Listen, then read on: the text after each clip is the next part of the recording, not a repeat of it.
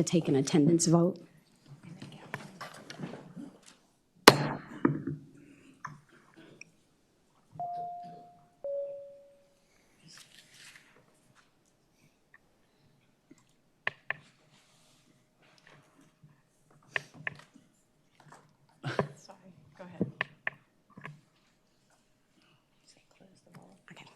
Will the clerk close the roll? A quorum is present.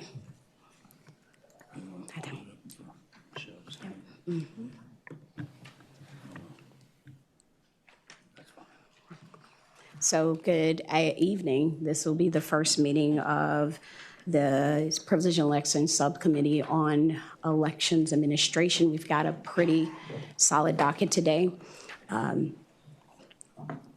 We have quite a robust amount of testimony here today, so we will be trying to be as efficient as possible. We've got a couple items of business to take care of, just to move the docket along first. So I'd like to call up the first bill, if it's a patron here.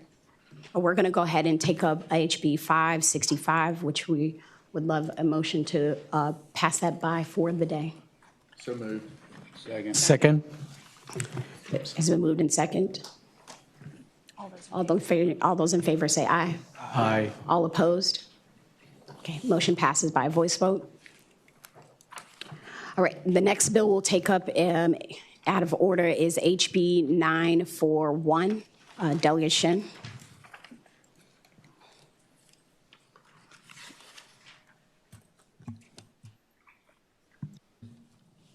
Testing, great. Well, thank you, Madam Chair and members of the committee, and thanks for this opportunity to present House Bill 941 to you today. The bill addresses accessibility of early voting for college students, which is a significant issue in our electoral process. The bill proposes the establishment of at least one voter satellite location on campuses of any baccalaureate public institution of higher education with a student body of 3,000 or more enrolled students. This would be to ensure that our young voters have a reasonable and accessible way to participate in our democracy. As it stands, a lot of students find it challenging to vote due to the distance of early voting offices from their campuses. Some students are faced with the dilemma of traveling several miles away, which can be a significant barrier, especially for students who live on campus without personal access to a vehicle. States like New York and Maryland have already enacted similar legislation requiring polling places on college campuses, which significantly improves accessibility for students. A few college campuses offer election day polling locations and have their own precinct, but that is day of election polling locations. But that does not necessarily mean that it accommodates the needs of students who want to vote early. So in 2020, 74% of college campuses in the country had no in-person voting options, including early voting, and 90% of campuses in the country lacked early voting options specifically. Students who have easier access to voting options, like on-campus polling places, are more likely to vote. I also believe that facilitating student participation in our democratic processes early on can develop a habit of civic engagement that will last a lifetime, encouraging them to be participants and active participants of our democracy. With a diverse student population, including a significant number of low-income and first-generation students in Virginia, I think an on-campus early voting option is a step towards building a more robust and inclusive democracy. In conclusion, HB 941 is not just about facilitating voting for a specific group, but it's about strengthening our democracy by making it more accessible, inclusive, and ensuring that more voices can be heard, especially for those of young folks. I hope the committee will look favorably upon this bill. Thank you.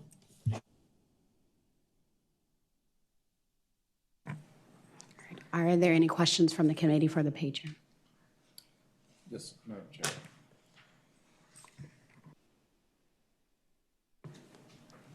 Delegate Blackton.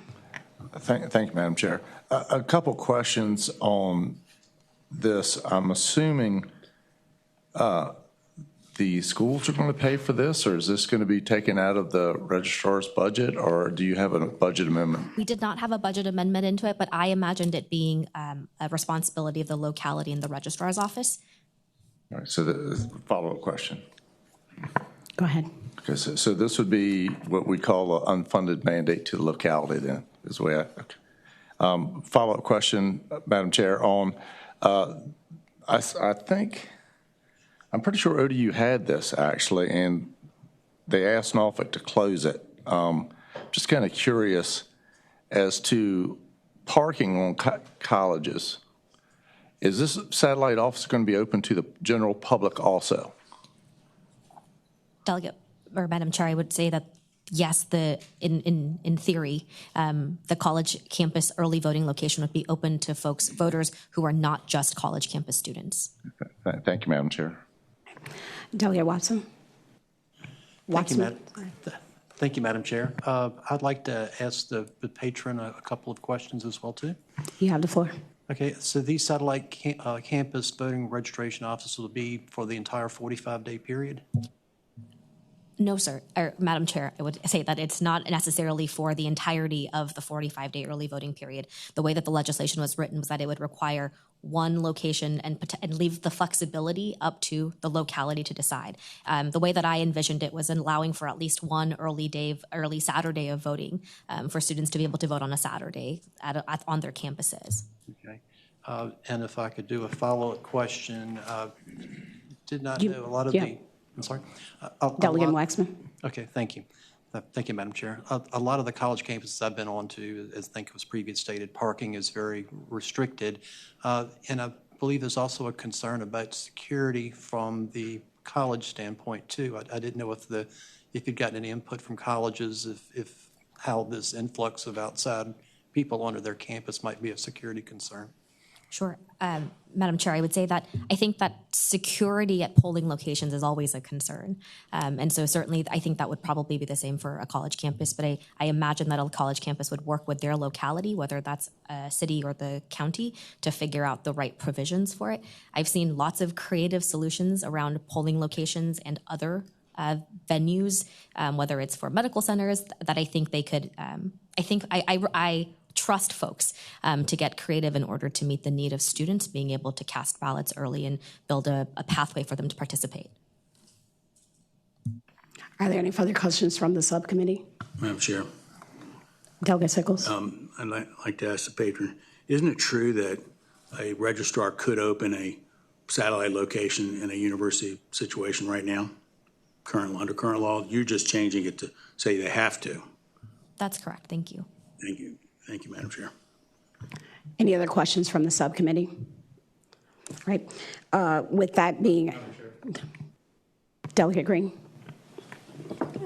Brought up another thought that just crossed my mind. If they can open a voting location, would a member of the registrar, or would the registrar or assistant registrar have to be there during this time? And how would the staffing be university staff, or would it be the registrar would be there? Madam Chair, I would say that I think that the registrar or the deputy registrar would not have to be present. I think that it would work like any other voting location. And so they could, and there would be no requirement for university staff to have to staff the location, because again, this would be a locality in a local registrar's office administering the election site. Any other questions from the subcommittee? Is there anyone in the audience who would like to speak in favor of the bill? Yes, please. In the audience.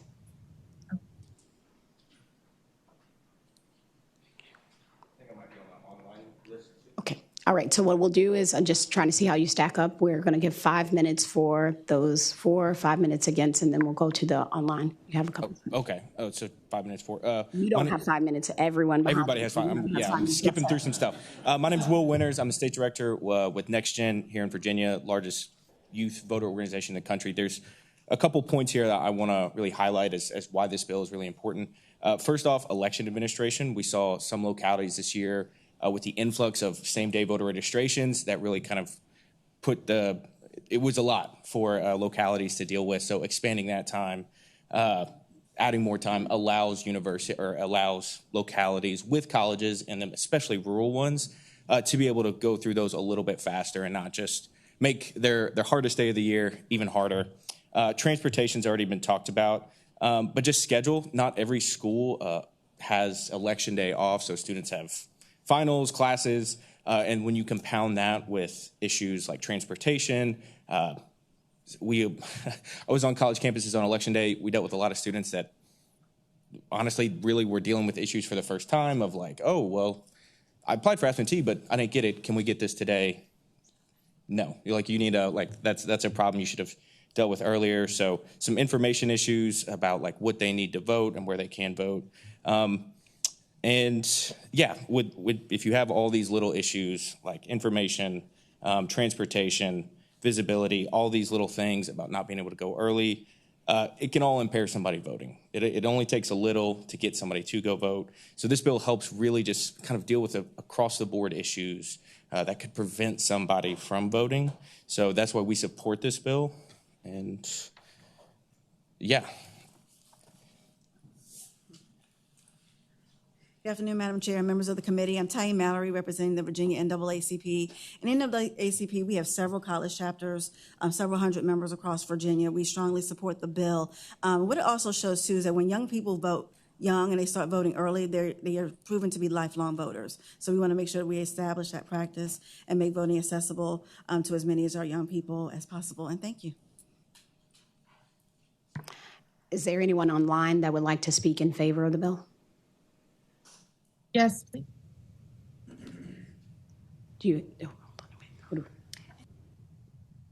Hi, my name is Michelle Cantor-Cohen. I am the policy video. Hi, good afternoon. My name is Michelle Cantor-Cohen. I'm here on behalf of Fair Election Center and our Campus Vote project. This bill would help eliminate barriers to voting for students. We are a national 501c3 voting rights organization, and our Campus Vote project works to educate and engage young voters on voting rights issues and institutionalize civic engagement at university and college campuses, including in Virginia. Campus polling places during early voting offer students the same opportunity to vote in their community as other voters. Travel to off-campus voting sites is difficult for many on-campus students, and it's made worse by prohibitions on having vehicles at school due to parking constraints. For example, freshmen at UVA, VCU, Norfolk State, and a number of other universities that would be included in this bill are not permitted to have cars on campus. So that would particularly help those students. We've heard from students as well that on-campus polling sites would help them vote as compared with having to get to an on-campus site, an off-campus site, sorry.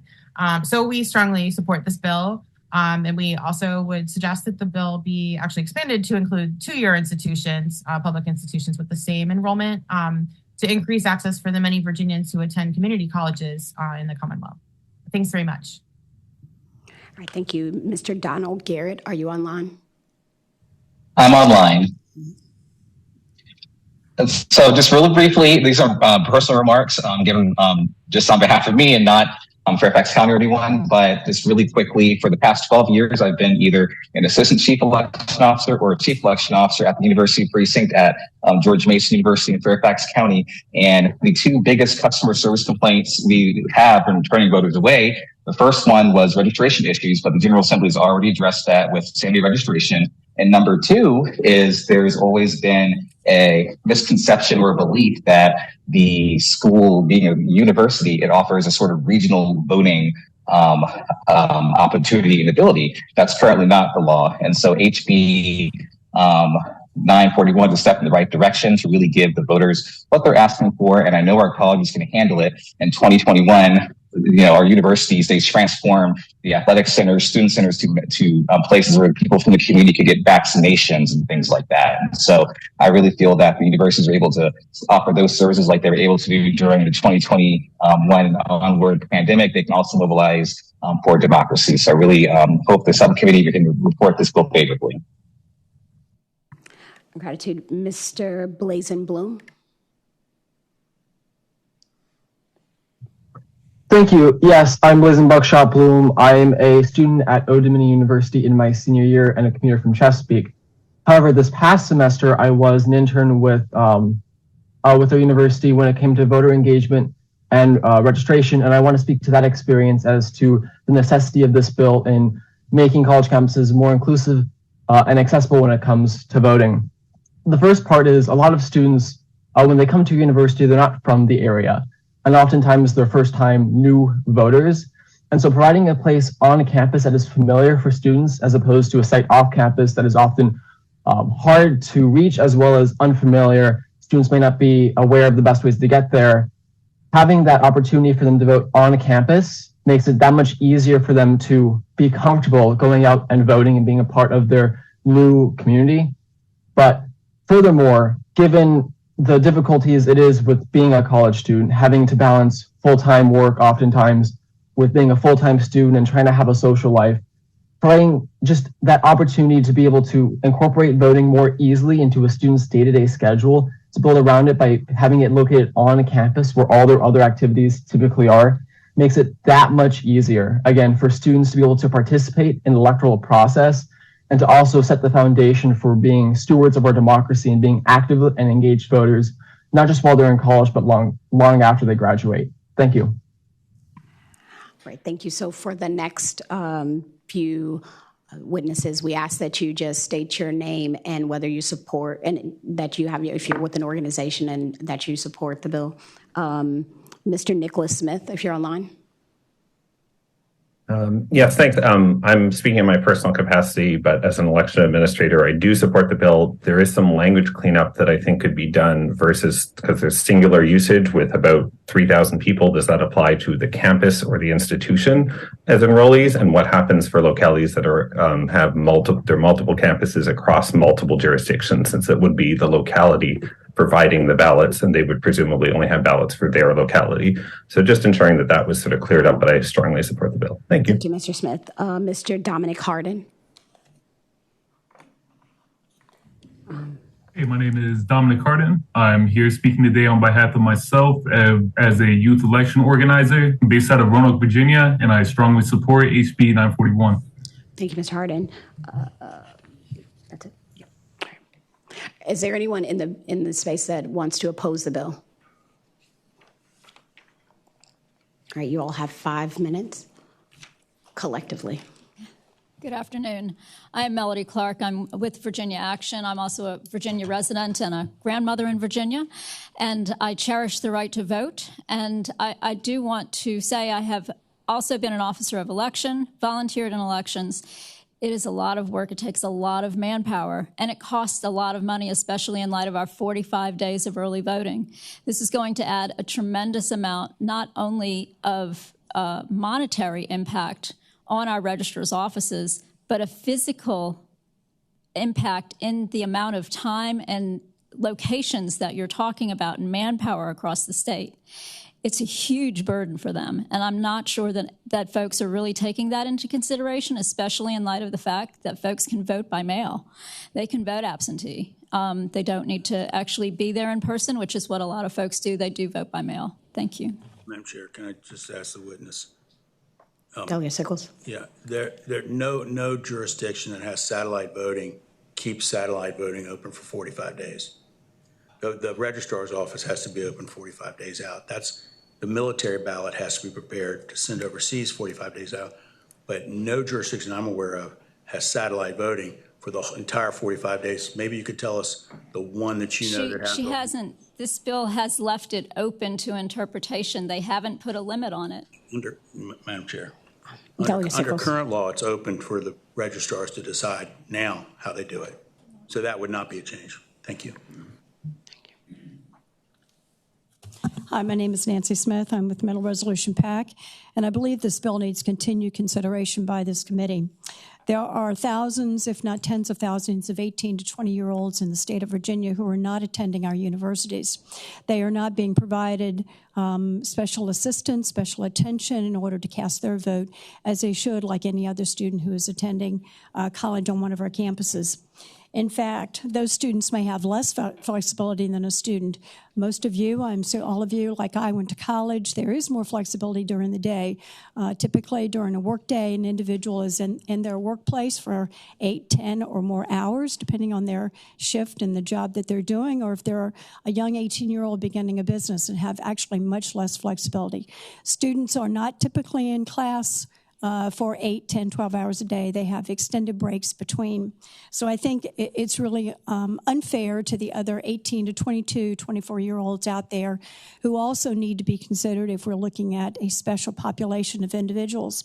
I think the other thing that should be considered is that college campuses, by and large, have numerous clubs, organizations that are dedicated to educating those individuals, making sure that they get text reminders to vote, to register them, to make sure they have campaign and candidate information.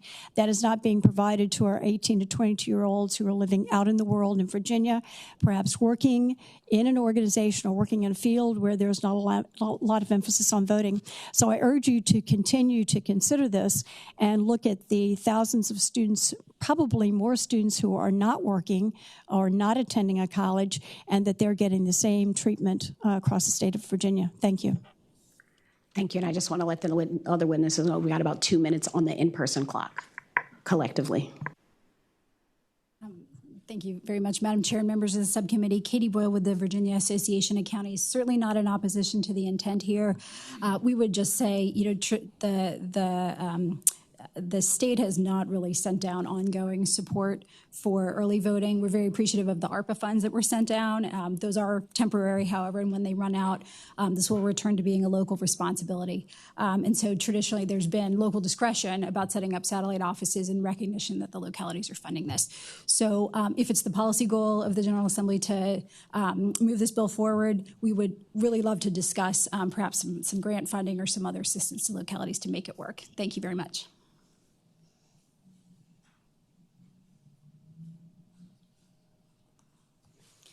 Good afternoon, Madam Chair, members of the committee. Josette Bolivar with the Virginia Municipal League. We do have some concerns over this legislation, particularly around staffing, new equipment costs, and it is an unfunded mandate. So thank you. All right, we have a couple folks online. Ms. Shelley Oberlander. Thank you, Chairman Glass. I am an electoral board member from Loudoun County, and I'm speaking on behalf of myself, but I'm very aware of the process here in the elections. And so I oppose this bill. I feel like it's discriminatory. It doesn't provide equal access to all college students in Virginia. As the summary says, it provides it for certain public institutions. It doesn't provide it for private institutions, nor any institution less than 3,000 students. So I don't think it's providing equal access. And so I oppose it for that reason. As well, I'm concerned about security reasons. We would have to, I know the election office often changes locks and such for the security of the equipment of the satellite locations, and I think there could be problems with that, as well as the jurisdiction. Is it the local police that would have the jurisdiction or campus police? And then lastly, I think it provides confusion because of so many students being registered out of state as well as in other parts of the county. That's a confusion for elect as well as the GRs, the general registrars. And then it puts an extra layer of bureaucracy because if you look at Section G, and I think the legislators should look at Section G, it gives a lot of authority to some of the higher levels of education institutions, some of the bureaucracy there, but which puts it between the general registrars and the local electoral boards who are supposed to be conducting the elections. So I ask you to please oppose Bill 941. Thank you. Thank you. Stephanie Isles, if you guys can make your comments brief. Hi, good afternoon, Chairman Glass and delegates. My name is Stephanie Isles. I'm the Director of Elections, and I'm speaking on behalf of the Voter Registrars Association of Virginia. We have some concerns with regards to this bill, although we feel the intent from the delegate is well pursed. We always want to encourage our voters to express their constitutional right to vote, including our college students, and we work very hard with our institutions in our area. One of the concerns we have is with regards to security, not only of the equipment, but of the students and the staff on campus. This would be allowing other people to come on campus. And with what's been going on in the world lately, we are concerned with the safety and security of the students. We also need to ensure that our equipment is safe. We have to have secured internet access during early voting to ensure that a person is not able to vote in more than one location. Parking is a concern. There's barely parking for students sometimes on campus, much less people coming from the outside who are not students. And we have to offer curbside voting, which is not available at most student centers, which are located in the center of campus. This could possibly interfere with other campus events when a special election is called. in the event of a vacancy in office. It would, in fact, require a deputy registrar be present at those locations. So we would have to hire additional staffing, which is an unfunded mandate, along with additional equipment, programming, split localities. Someone else did mention with regards to larger institutions such as UVA. There's UVA, there's UVA-Wise, and there's also a branch out in Virginia Beach for campus. So would it cover all of those locations? It does not provide equity. And just keep in mind, a lot of college students are not registered to vote at their campus address. They are registered to vote from back home, and they choose to vote an absentee ballot. So we work very hard with our colleges. We work with Norfolk State University and Old Dominion University in Norfolk. We actually talked with Norfolk State about putting a polling place on their campus at one time. And after some review, we did not hear back from them. We used to have a polling place on Old Dominion University, as the delegate did mention, and they asked us to leave several years ago. We have 2 voter satellite locations that are near our polling places, near our institutions. And Norfolk State, okay, yes, Norfolk State does bus the students to our early voting satellites, and they can take the train to our office. And Old Dominion, we have a voter satellite next door. So we would encourage a study perhaps be done to see what would be the best way to continue to help our college students versus requiring and passing this legislation. Thank you. Thank you, Ms. Isles. Ned Jones, if you can just state your name and if you're with, who you're with, and whether that you're against the bill. Sure. My name is Ned Jones. I'm talking on my own, and I am against this bill primarily because college students meet the definition of an absentee voter. They are no longer at their registration or home address, and there are ample opportunities to vote by mail as an absentee, whether from out of state or within Virginia. And so there's no need to have these campus precincts to accommodate just college students. Thank you. All right. Thank you. Delegate Price. Thank you, Madam Chair. I definitely have heard the passion with which this has been asked for and appreciate the delegate for bringing this forward. But I also have heard some of the concerns, and I would like for the opportunity to get some of the stakeholders at the table together, including school administration, localities, those that would be able to speak to some of the concerns about parking or security, in addition to the students and the stakeholders that would be most benefited from this. And so I would suggest that there could possibly be a motion to carry this over with Rule 22, and that the Chair of Privileges and Elections would be eager to talk about this further. I have that on good authority. Thank you, Delegate Price. So the committee operates by motion? So moved. So moved. Second. Second. All right. Clerk open the rows.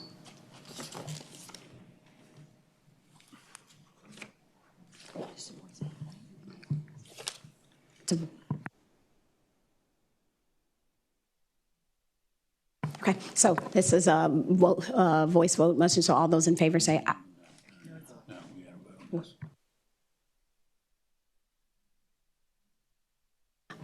The motion I heard was to continue, per Rule 22, to continue to next year.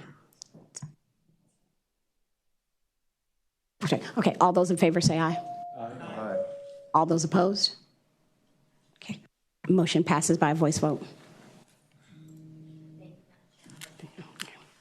All right, we'll go ahead and call up our next bill, House Bill 393. Delegate Griffin.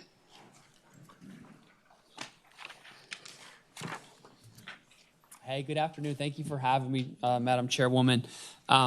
So I've put forward HB 393, and essentially we're looking to achieve a few goals. We want to bring back photo ID. We want to make sure that we have clean voter rolls, and we want to make sure that we have same-day voting. So it's essentially returning back in some ways to a system that has worked for us for a very long time. My background is that I not only was a former prosecutor, but I did election law, both in Virginia, in Michigan, in Wisconsin, Arizona, Pennsylvania, Georgia. in some major elections. And so I have a very good working knowledge. I've been involved in a lot of lawsuits regarding election law. And so I've submitted some changes that we would like to see, we'd like for this committee to consider. Page 3, I note some of the photo ID changes. Essentially right now, and the photo ID comes up a few times. I have it on page 3, it comes up on page 10. And essentially what we're doing is we're asking for photo ID, and you'll notice that the fiscal impact statement references this, because if somebody can't afford a photo ID, then the state will they'll fund that and make sure that that person has photo ID. But it also gets, right now we have ID when you vote, but if you don't have ID, you can go in there and you can sign a form saying, I promise I am who I say I am. Or you can bring in some kind of a bill that might have your name on it, or a bank statement that can be easily manipulated. So we get rid of those exceptions and we say, no, you have to go back to having actual photo ID so that we know exactly who you are when you come in to vote. So that's on, I noted some of the pages that's on. As far on page 13, I note that we kind of go away from the no excuse absentee voting and we return to what we had before. And you'll remember that there's a lot of excuses. There was a lot of excuses for why you wouldn't have to vote in person in Virginia prior to that change in the law. If you're in the military, if you're overseas, if you're a student, disabled, awaiting trial, if you're in jail, religion, commuters, sick, disability or sickness for a family member. I mean, there's I want to say there's 14 exceptions.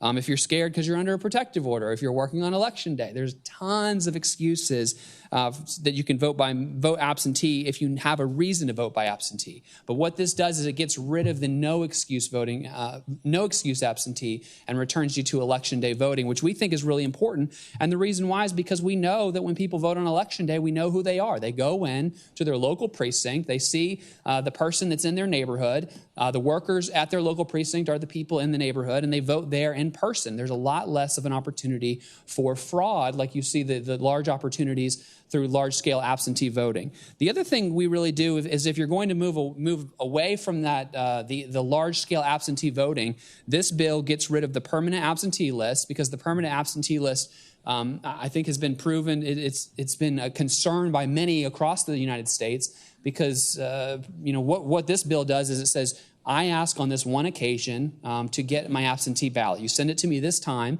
and after that election, you have to request it again. And that's a change from what the current law is, where the current law says, here's I'm asking for an absentee ballot in perpetuity for the rest of my life. And the problem with that is that when there's a permanent absentee list in perpetuity, people forget, people move, but the ballots never stop coming, right? They're constantly sent out. We had somebody just testify in the last bill saying that college students, what did they said that they said they requested an absentee ballot, but they never received the absentee ballot, right? So they showed up and now they're asking for a second ballot. And this bill gets rid of that. Another thing that I'll note that this bill does is it eliminates drop boxes. Drop boxes are obviously a major concern of many Virginians. It's a concern of the majority of the constituents in my district. And so, again, we get away from drop boxes and we go to in-person voting. It also gets rid of the CAP, which is the Central Absentee Processing Centers that are such a concern. I have worked the CAP in Fairfax County, which is, as many of you know, if you're from Northern Virginia, 1 in 7 voters will vote in Fairfax County, and most of them will vote absentee. And so when you're in there on election night, you're talking about tens of thousands of ballots that are flowing through there, and it's almost impossible to track where these ballots are coming from. So and they have a huge processing center, and it's very difficult to watch what's going on. It's very difficult to know where the ballots are coming from, track where they're coming from, which opens up the opportunity to fraud. And I would, again, contrast that with the localities when you've got 100 ballots in one precinct. It's much easier to process. There's many more wonderful changes that I think will be positive for Virginia law, but I will stop there to make good use of your time, Madam Chairwoman.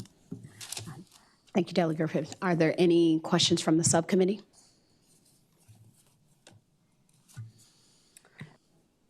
Delegate Henson. Thank you, Madam Chair. I just have a question. So in your statement, a lot of the things that you were stating, is that all alleged, or is that cases that has happened dealing with Department of Elections and you've seen some type of voter fraud, or they've seen some type of voter fraud? Well, there's very little law enforcement dedicated to this. There's no eyes on it. It's an unknowable question, right? I mean, how would I know? These are reforms that are being put into election codes across the country to prevent it, right? It's prophylactic. You want to make sure that it doesn't happen, and that's why you have these kinds of changes taking place. Madam Chair, follow-up. Delegate Henson. So as it relates to Department of Elections and local registrars' offices, are they not doing their due diligence and making sure they're properly making, basically, if you're going to vote early, that the voter is saying who they say they are before accepting their ballot? Well, I think, unfortunately, what Virginia has done is it has put down these mandates for local registrars where they have to obey what the General Assembly has told it. And the current policy is a policy that was constructed to deal with a time of crisis, which was the COVID-19 epidemic. And we are no longer in that epidemic now. And so I think that the focus needs to be back on good, sound election policy where we actually know what's happening with the ballots. Just a comment, Madam Chair, at the appropriate time. One moment, and we'll get Delegate Srinivasan. Thank you, Madam Chair. I have a quick clarifying question for the delegate. You had made a comment about people not bringing the right ID, right? So let's say that if I walked in with a utility bill or something, I forgot my ID, they take me as a provisional vote. I still have to bring back the right paperwork for the vote to be counted. Just because I walked in with the utility bill and they took my my ballot and they took my ballot, they won't count it until I cure it. I come back and show the real ID. So I just want to clarify that because that does not alone make that a valid ballot. I have to come back. So thank you. Delegate, every day when you come into this building, you're required to show a photo ID. Delegate, I asked you to Excuse me, Madam Chairwoman. Every single delegate, every single person that works in this building is required to come in here and show their photo ID. And the idea that we wouldn't show one for voting, the most sacred of our rights, I think is a problem. Are there any other questions from the subcommittee? So I'll defer back to Delegate Henson for your comment. Thank you, Madam Chair. I think the delegate, Srinivasan, already touched on the topic, so I'll let it go. All right, thank you. Is there anyone in the audience who would like to speak in favor of the bill?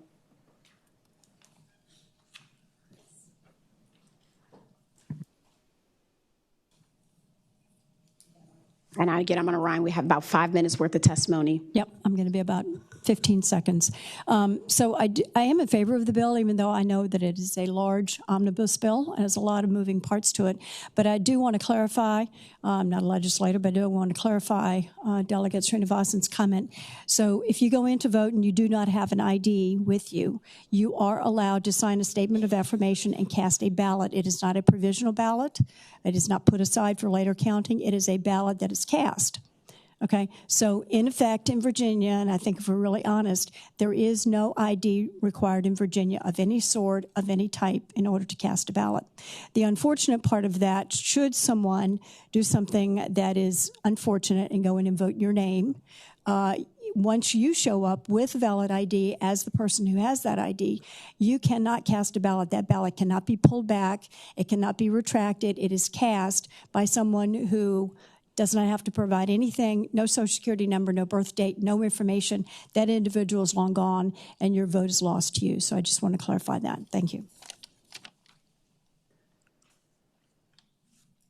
Good afternoon, Melody Clark with Virginia Action. And we can right now even go to the Department of Elections website, and they will walk you through how to get a Virginia voter photo ID, which are available now free of charge from any general registrar's office.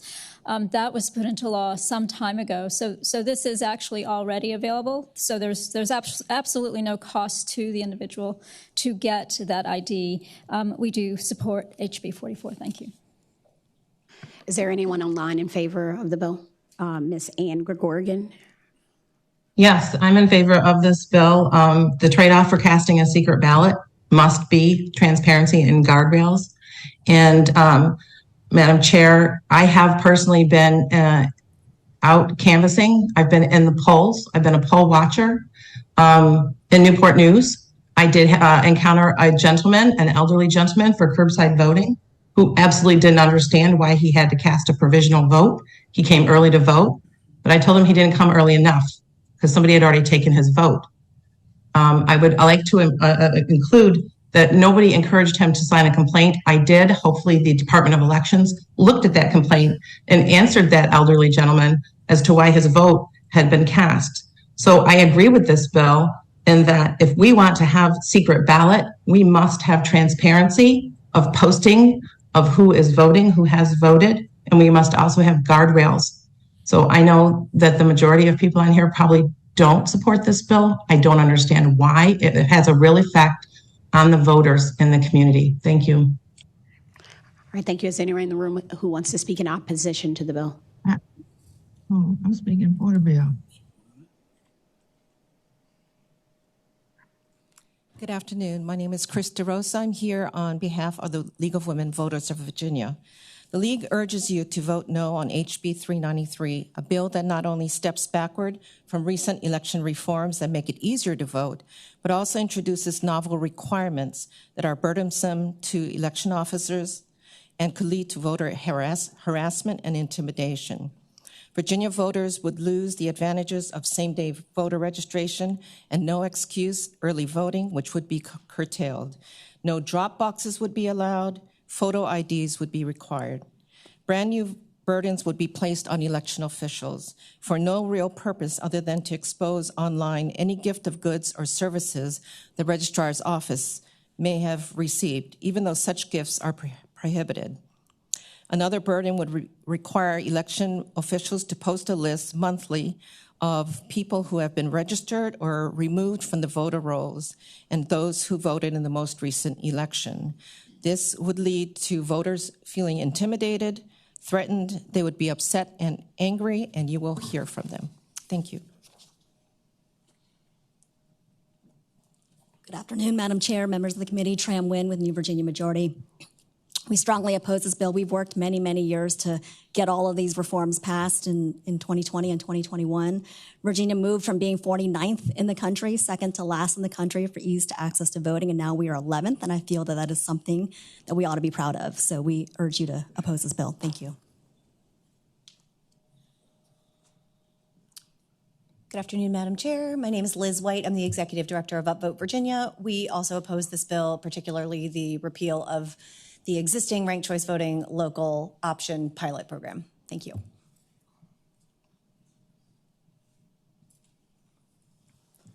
Madam Chair, members of the committee, Jay Deck with the Virginia Education Association. For all the reasons that have been said, especially all the progress that we've made toward voting to get more people to vote, it would be a shame to roll it backwards. Thank you. All right, thank you for your comments. We have Ms. Gayleen Knoyton online if you're there. Yes, good afternoon. My name is Gayleen Knoyton. I'm the Political Action Chair for the Virginia NAACP, and we strongly oppose this bill. We have worked very hard to expand access for voters, and this bill will roll back everything that we have worked hard for. So we strongly oppose this bill. Thank you.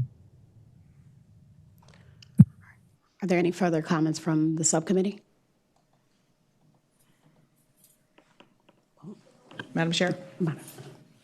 Delegate Maldonado. I have a motion at the appropriate moment. Delegate Maldonado. I make a motion that we lay it on the table, lay the bill on the table. Second. All right, the motion has been made and properly second that we lay House Bill 393 on the table. Will the clerk open the rolls?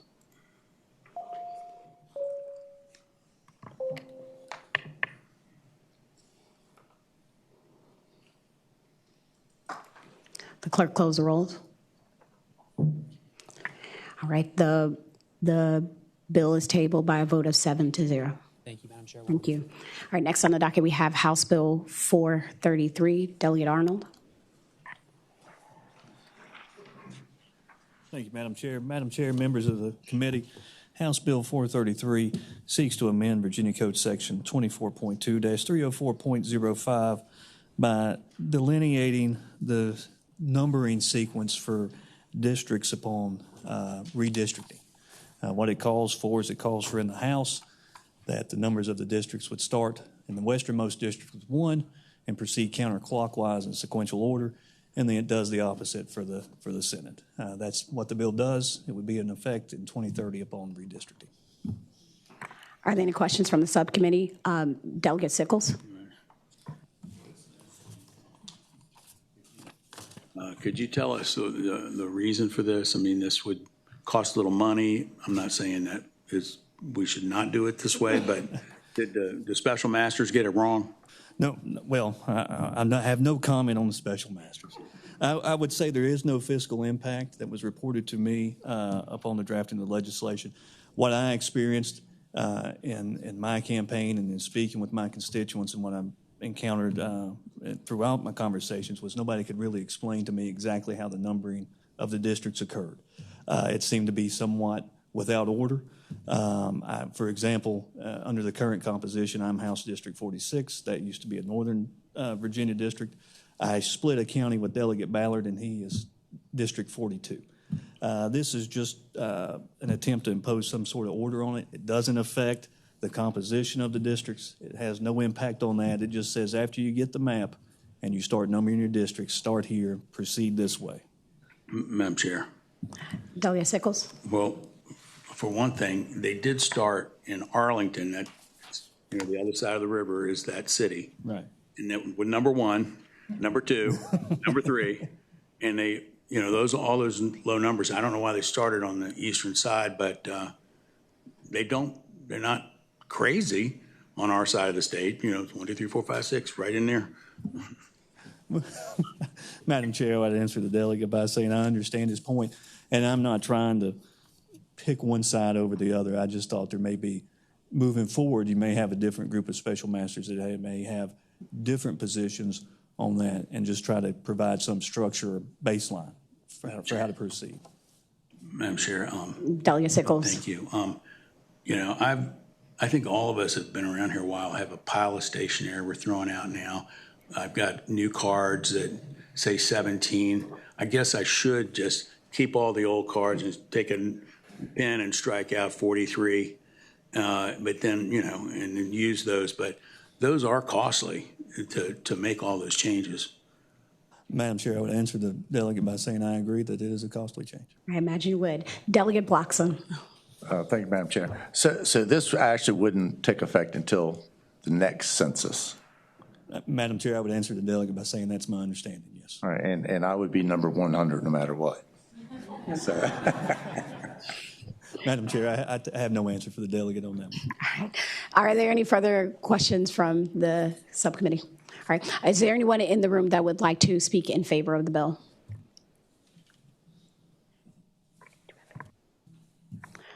Is there any in the room that would like to speak in opposition to this bill? Do we have any? All right. Well, then the committee moves by. All right. Delegate Maldonado. Madam Chair, I recommend that we move to lay the bill on the table. All right. Second. Gently. Yes, most gently. The motion has been made to gently lay House Bill 433 and properly second on the table. Will the clerk open the rolls for the member can record their votes on the electronic voting board?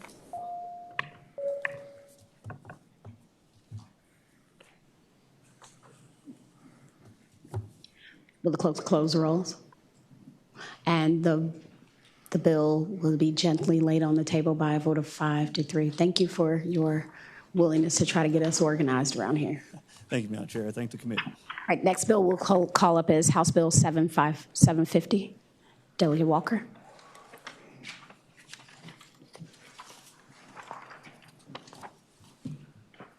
Thank you, Madam Chair, members of the committee. Before us is HB 750. This will simply allow candidates the option of collecting petition signatures by electronic means.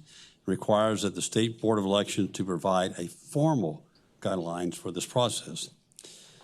Because there's a budget amendment adopted, this process was used back in the Commonwealth during the period of COVID, with no reported issues to the way the petition signatures process was conducted. Under this bill, the process for collecting petition signatures would not change other than the addition of a digital option. The only other requirement would be that the signer of the digital petition would have to provide the last 4 digits of their Social Security number, which is not a requirement on the physical form that we currently have. This is to add an extra layer of verification and security without having a petition circulator present. With this bill, I hope that Virginia will join other states in giving candidates more options to collect these necessary petitions. If I recall, Arizona, Colorado, the District of Washington already are using this process. And that is the bill before you, Madam Chair. All right, thank you, Delegate Walker. Are there any questions from the committee, subcommittee? Is there anyone willing to speak in favor of the bill?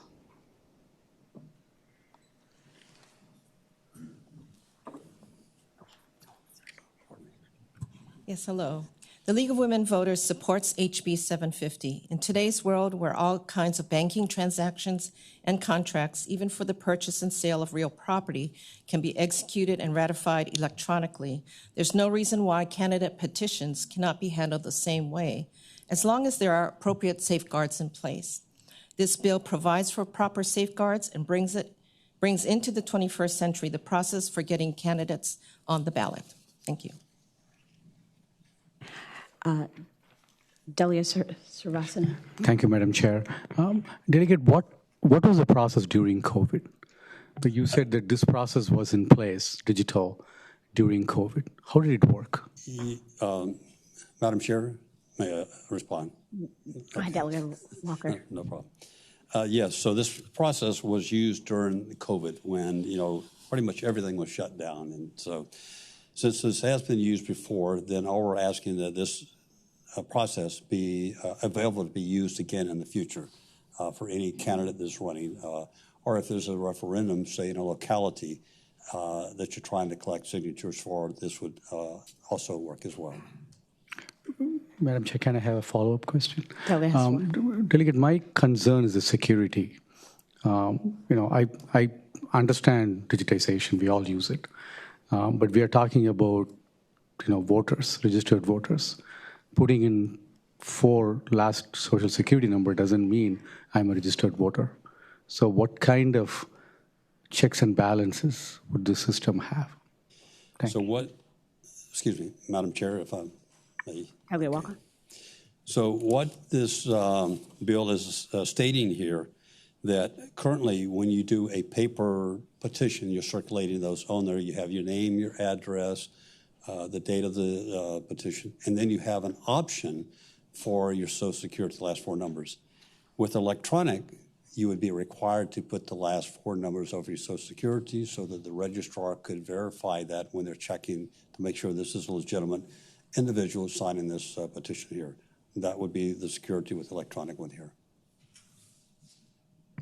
Delegate Maldonado. My question was asked. Thank you. I was trying to turn off my light and it wouldn't go off. Delegate Bloxham. Thank you, Madam Chair. We got a question, I guess, if elect is in here, because I don't remember doing it electronically, and I know that Veris is getting ready to change everything in the next year, so I want to make sure this doesn't do a unduly burden elect. I'm just not familiar with the process before. I believe we have Commissioner Beal.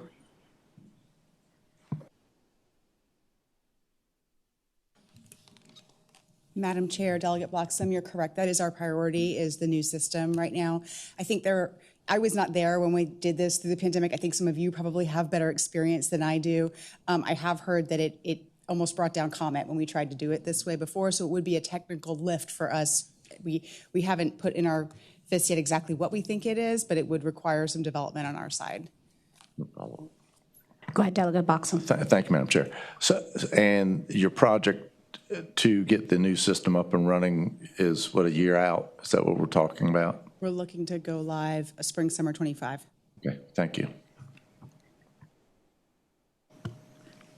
Delegate Sickles. Madam Chair, could you remind me how Veris is connected to taking a petition, electronic petition? I think I know most of Madam Chair, Delegate Sickles, it would go through Comet, which is more of our campaign finance application. It would not go through Veris. Follow up, Madam Chair. Delegate Sickles. Are there many vendors for this product, or would it be something you'd compete for? That's something that we said in our FIS is that we'd have to go out and look for a software development company, or perhaps produce it in-house. I see.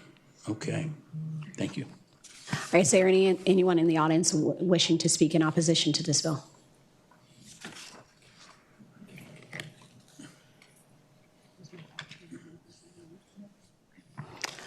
Any further questions from the subcommittee? Not the committee. Madam Chair, Delegate Sickles. as much as I'd like to be 21st century, on top of everything, and be, I'm not, and I think this needs a little work, so I would move that we gently lay the bill on the table. The motion has been made to gently lay the bill on the table. Is there a second? Second. Properly second. So House Bill HB 433. If the clerk will, excuse me, sorry.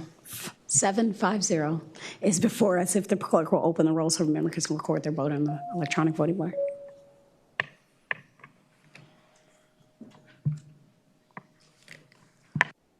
Clerk, close the rolls. All right, the bill has been gently laid on the table by a vote of 7-1. Thank you so much, Delegate Walker. Thank you, Madam Chair, Chairman and Delegate Sickles. Next, we have up HB 658. Delegate Cole.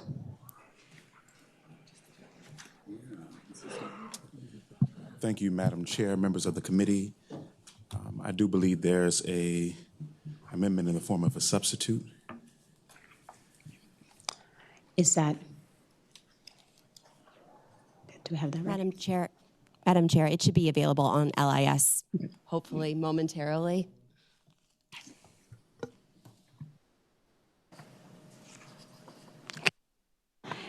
What we'll do is we're going to take this by temporarily just to give us a chance to look at the substitute. If you can stand by, Delegate Cole. Thank you. All right, appreciate you.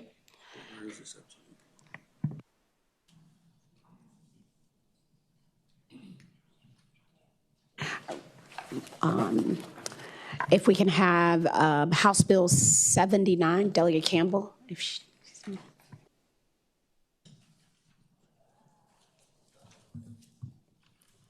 Thank you, Madam Chair, Committee.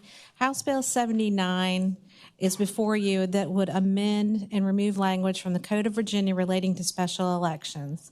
This legislation was sent to me by the City of Stanton as one of their legislative priorities, where they'd like to be able to have the ability to hold special elections on the same day as a primary election. For small localities, this would be a great cost-saving measure, and also streamlining the process of the election by allowing the special and the primary to occur at the same time. This bill doesn't have any fiscal impact to the Commonwealth, and it would save our small localities a lot of money if we were able to move this forward. So with that, I would kindly ask the committee to consider moving this forward favorably. are there any questions from the subcommittee? Okay. Is there anyone in the audience who wish to speak in favor of the bill?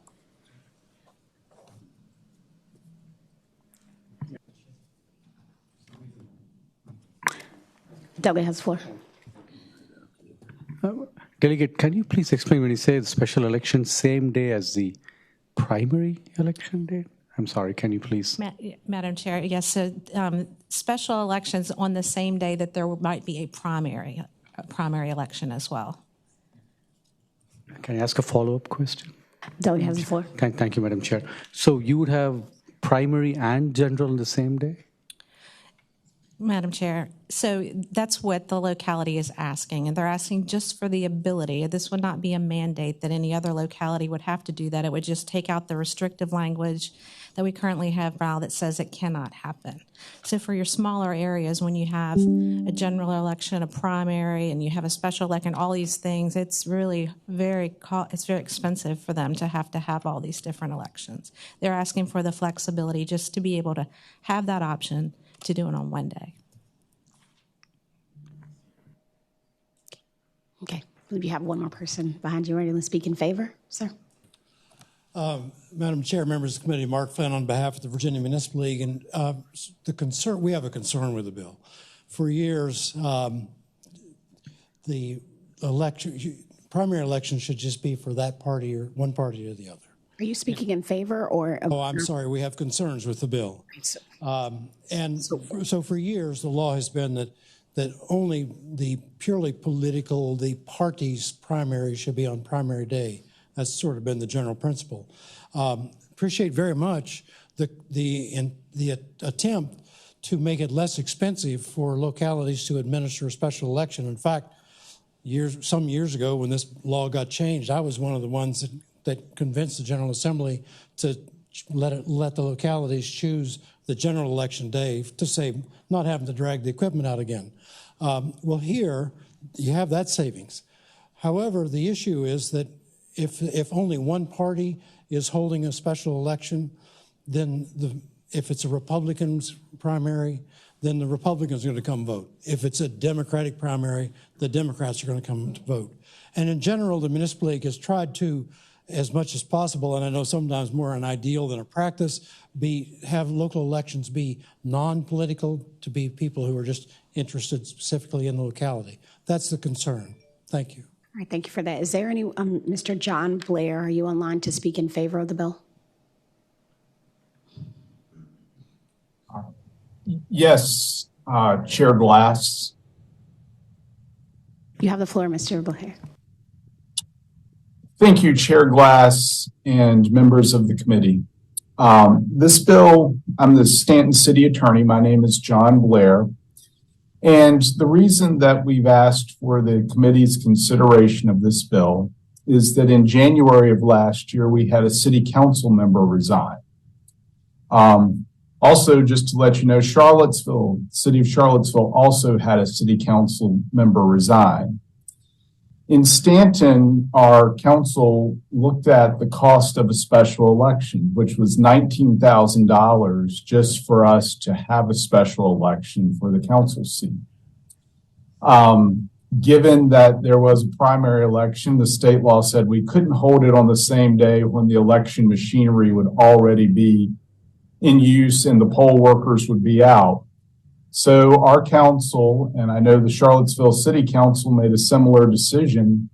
They held the special election in November during the general election. Well, that, as you can imagine, that's 11 months in which the voters did not have an opportunity to have a say on who was the counselor for those particular seats.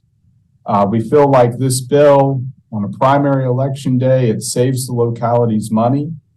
It allows voters to have an opportunity to have a say instead of an 11-month gap. And also that, if we had held a special election, one of the things our council considered was sometimes the turnout's 2 or 3% when you have a special election on a July Tuesday or an August Tuesday, whereas a primary, you may have more participation from voters. And that's the reason we're asking for your support of this bill. Thank you.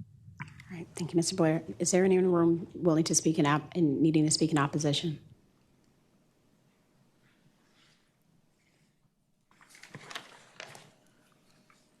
Hello again.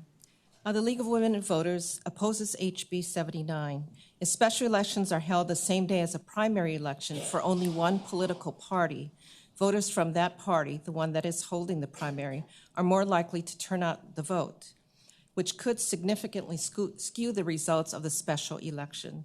No party should have an unfair advantage over another. Right. Any other questions from the subcommittee? Madam Chair. Okay. Sorry, my speaker button is not working. I just have a question. So from the administrative perspective, if there is a primary happening, Republican Democratic primary, will the special election appear on both of those ballots? Or how, if you know, or if somebody in the audience can tell us, how would that administrative piece look come election day? Madam Chair? Delia? I would like to defer to an expert, to counsel on that.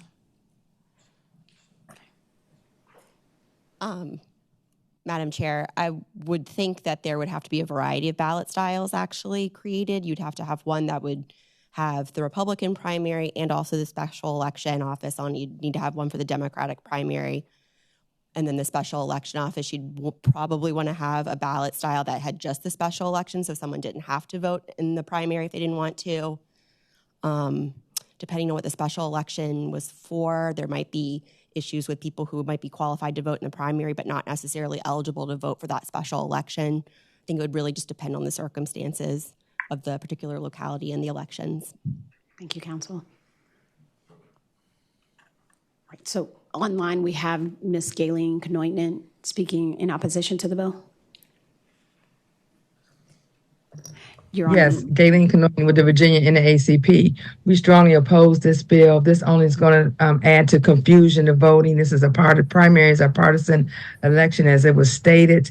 I know here in Hampton, whenever we have a special election, is moved to November, and the council will take in applications and interview candidates to fill that seat until the special election. So we don't want to have confusion happening during the primaries. Thank you so much. Okay, I recognize you all's request to speak buttons are working. Are there any further questions? Yeah. Are there any other questions from the subcommittee? Madam Chair. Delegate Maldonado. At the appropriate time, I have a motion. You have the floor. Madam Chair, I recommend that we lay HB 79 gently on the table. Second. Second. All right, the motion has been made and properly second to lay HB 79 on the table. Will the clerk open the roll so the members can record their vote on the electronic voting board?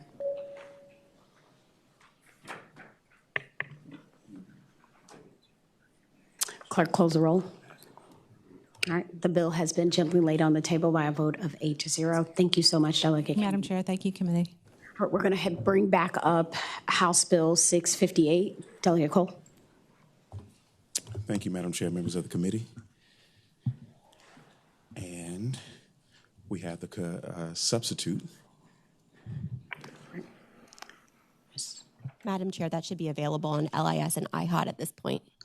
Thank you. Is there a motion to move the substitute? Move the substitute. Second. All right. All those in favor say aye. Aye. All opposed? All right, the substitute has been moved. Delegate Cole, you have the floor. Thank you, Madam Chair.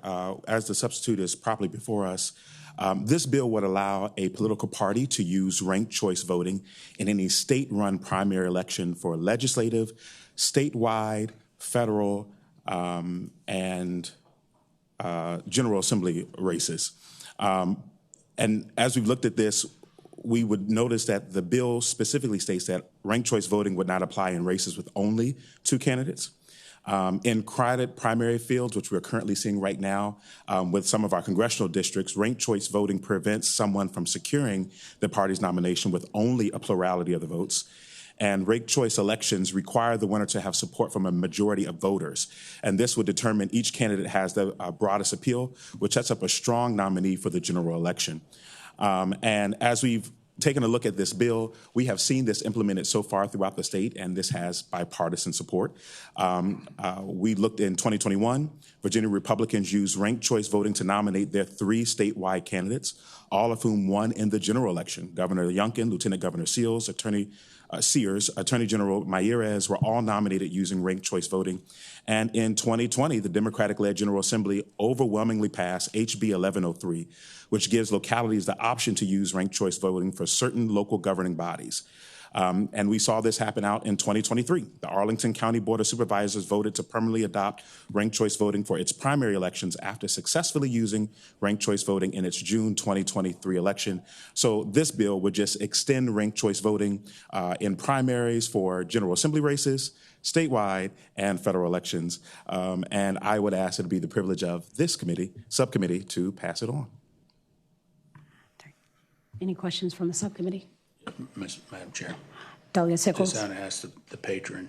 So if you wanted to do it statewide, the state party would be the decision maker on whether they want to use or not, because this is like totally optional. I would say to the chair, that is correct. This is an optional choice, just allowing parties to choose this as an option. Madam Chair. Delegate Sickles. So this is not available now. You just mentioned that the Republicans did it, but they did it in a private setting. They didn't do it with at the polling place with our registrars. That is correct. It was in their convention when they did these. So this would take it to the statewide to allow them to choose to do this. Okay, thank you. Delegate Bloxham. All right, so that brings up a second question then. The cost, and this would be run by the state, and there again, can our old Vera system do this? And I guess that would be phone a friend for. Well, I actually have a point to that, Madam Chair. This bill does not have a time frame of when it will be enacted. We just vote on the bill, let it pass, and then the option would be there. And so when the new system is finished in 2025, I believe, it could be an option that can be utilized. Delegate Bloxham. Follow-up question. So this doesn't have a reenactment clause on it or anything that says when it's enacted. The way I'm reading it, it becomes active if we vote on it July 1. Give me one and second, that would require elect to do it, if I'm not mistaken. I apologize. I recant my statement. That is correct, Madam Chair. Thank you. Any further questions from the subcommittee? Madam Chair. Delegate Sickles. I'm not sure that this is a question for elect or someone else out here, but or the council, I don't think Veris is needed to do a ranked choice vote. I mean, Veris is a voter registration, and it keeps our voter file, our voter list accurate. It's used every day at DMVs now, but I don't think it's used to administer the election per se. Am I wrong about that? It's not used on election day. Madam Chair, Delegate Sickles, I think there might be a little confusion about it not necessarily being an issue with Veris, but the voting systems that are in place in localities or being used in localities and whether they would be able to do this. Madam Chair. Delegate Sickles. Well, so a locality wouldn't choose to do it unless they had the ability to do it. So they would not impose upon themselves or on the county a ranked choice voting and then not have the machines that can handle the vote. Madam Chair. Is that correct? Council? Madam Chair, I just wanted to clarify for the gentleman's question when he says locality choosing, this would be decided on by the parties. Thank you, Delegate Price. Any other further questions from the subcommittee? No, that's a great. Delegate Sickles. So you remind me. But my same point is that the party could not decide to use it unless the county was prepared with the equipment to do it. Is it? You don't know that. That's where I would phone a friend.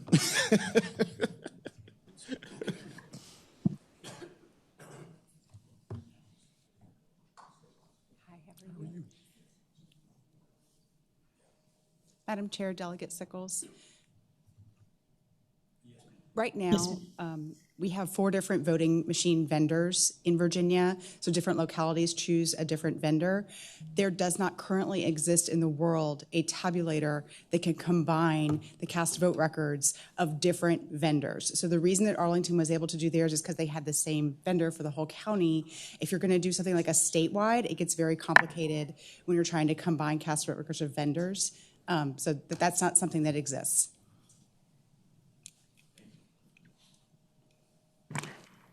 Any other questions from the subcommittee? Is there anyone in the audience wishing to speak in favor of the bill?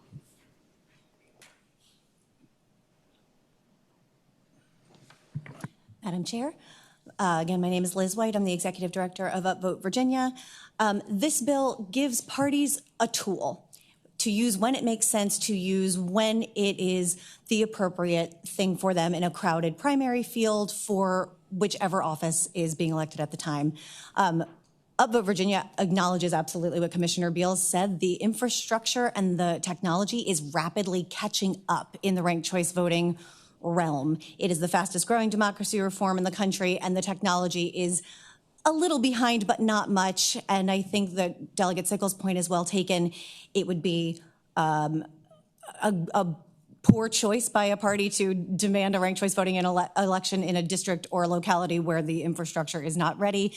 The bill also authorizes elect to essentially flip a kill switch and say, nope, that infrastructure does not exist. So I highly encourage you all to consider this bill. It is an excellent tool for parties and a rare reform that is good for parties to choose a strong candidate and also is good for voters to make their preferences known.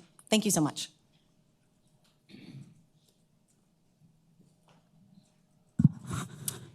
Hello, the League of Women Voters of Virginia does support the expansion of ranked choice voting to all statewide primary elections as described in HB 658 as substituted.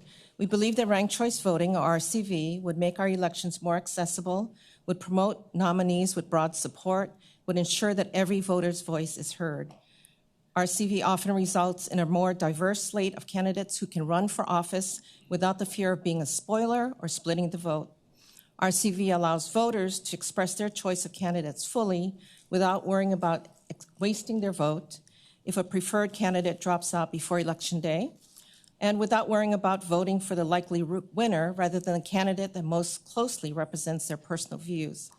Ranked choice voting ensures that the winning candidate has a broad support of the majority of voters rather than just, say, a 22% or 34% plurality of voters. The League of Women Voters asked this subcommittee to move HB 658 to the full P&E committee. Thank you. I believe. Madam Chair, Mike Cantwell, representing Veterans for All Voters. Ranked choice voting is especially important for early voters and military voters who are voting overseas, especially in the Navy on ships. The time delay between requesting a absentee ballot and then submitting your vote and then it actually arriving could be many, many days. And as we see in many primaries, we have candidates who drop out at the race at the last minute. Ranked choice voting helps solve that situation where a absentee voter's vote their preference is recorded, even if their preferred number one candidate drops off the ballot. Thank you. All right, thank you. Do we have anyone wanting to speak in opposition to the bill? Yes. In the audience, we'll get right to you online. Yep, me again. Nancy Smith with Middle Resolution. I want to dispel a couple of things that I think have become folklore in Virginia politics. In reality, during the convention that was held for the gubernatorial race, lieutenant governor and attorney general race just a couple of years ago in a private convention due to the restrictions from COVID, in actuality and review of the data, our governor, our lieutenant governor, and our attorney general all won on the first ballot. So it is not actually true that ranked choice was a deciding factor in that race. And again, they won on the first ballot. All three of them had over 50%. So I think it's important that at least on the Republican side, people understand that's not actually how it turned out. There is strong lack of support for ranked choice voting. The RNC voted 100-0 to not support ranked choice voting. So all 50 states, which is a rare thing to get 100-0, all 50 states on the Republican National Committee voted against ranked choice voting. So there is a pretty strong belief that ranked choice voting for Republicans and for Republican candidates is not a preferred method. In the Arlington primary, some of the exit polling and later discussion with the candidates, one of our activists had a chance to speak with candidates and look at that. There was concern with the candidates, the results afterwards, in terms of how that process was run, and there were a number of folks in the exit polling who said they were confused, they didn't understand, and they weren't certain that they would want to do that next time. Last comment. I'm going to ask you to wrap up your comments. I am, and I appreciate the time. Last thing is, I think the most important thing about ranked choice voting is that I think everyone who believes in the rights of voters, for everyone to cast a ballot, I think it's very important to understand that the principle of one man, one ballot, one man, woman, individual, one ballot is a principle, excuse me, that we all believe in. Thank you. Thank you very much. Okay, so online we have two, and I'm going to ask. Oh. I'm sorry. Yes, Can you Melody just state Clark. whether you Yes, support or against? I wanted to speak against the bill, and I wanted to address the false claim that it is a majority of voters who elect the candidate, because it is only the ballots that remain in the last Excuse me, round. ma'am. You're in opposition of the bill? Yes, I thought we had 5 minutes total. We did. We ran our 5 minutes for opposition bill. If you could state your name and who you're with, and that you're obviously against the bill. Yes, Melody Clark with Virginia Action, and against the bill, as were all of the Democrat voters in Washington, D.C., who said it disenfranchised the majority of minorities in D.C. Thank you very much. Do we have anyone else in opposition to the bill? Hi, Madam Chair. Martha Cohen. I'm here for myself. And it's true, ranked choice voting is confusing and complicated, and it does disenfranchise voters. It's not a majority of voters in the end of the day. It could be 30%. Yes, ma'am. You're speaking, you're opposed to the bill?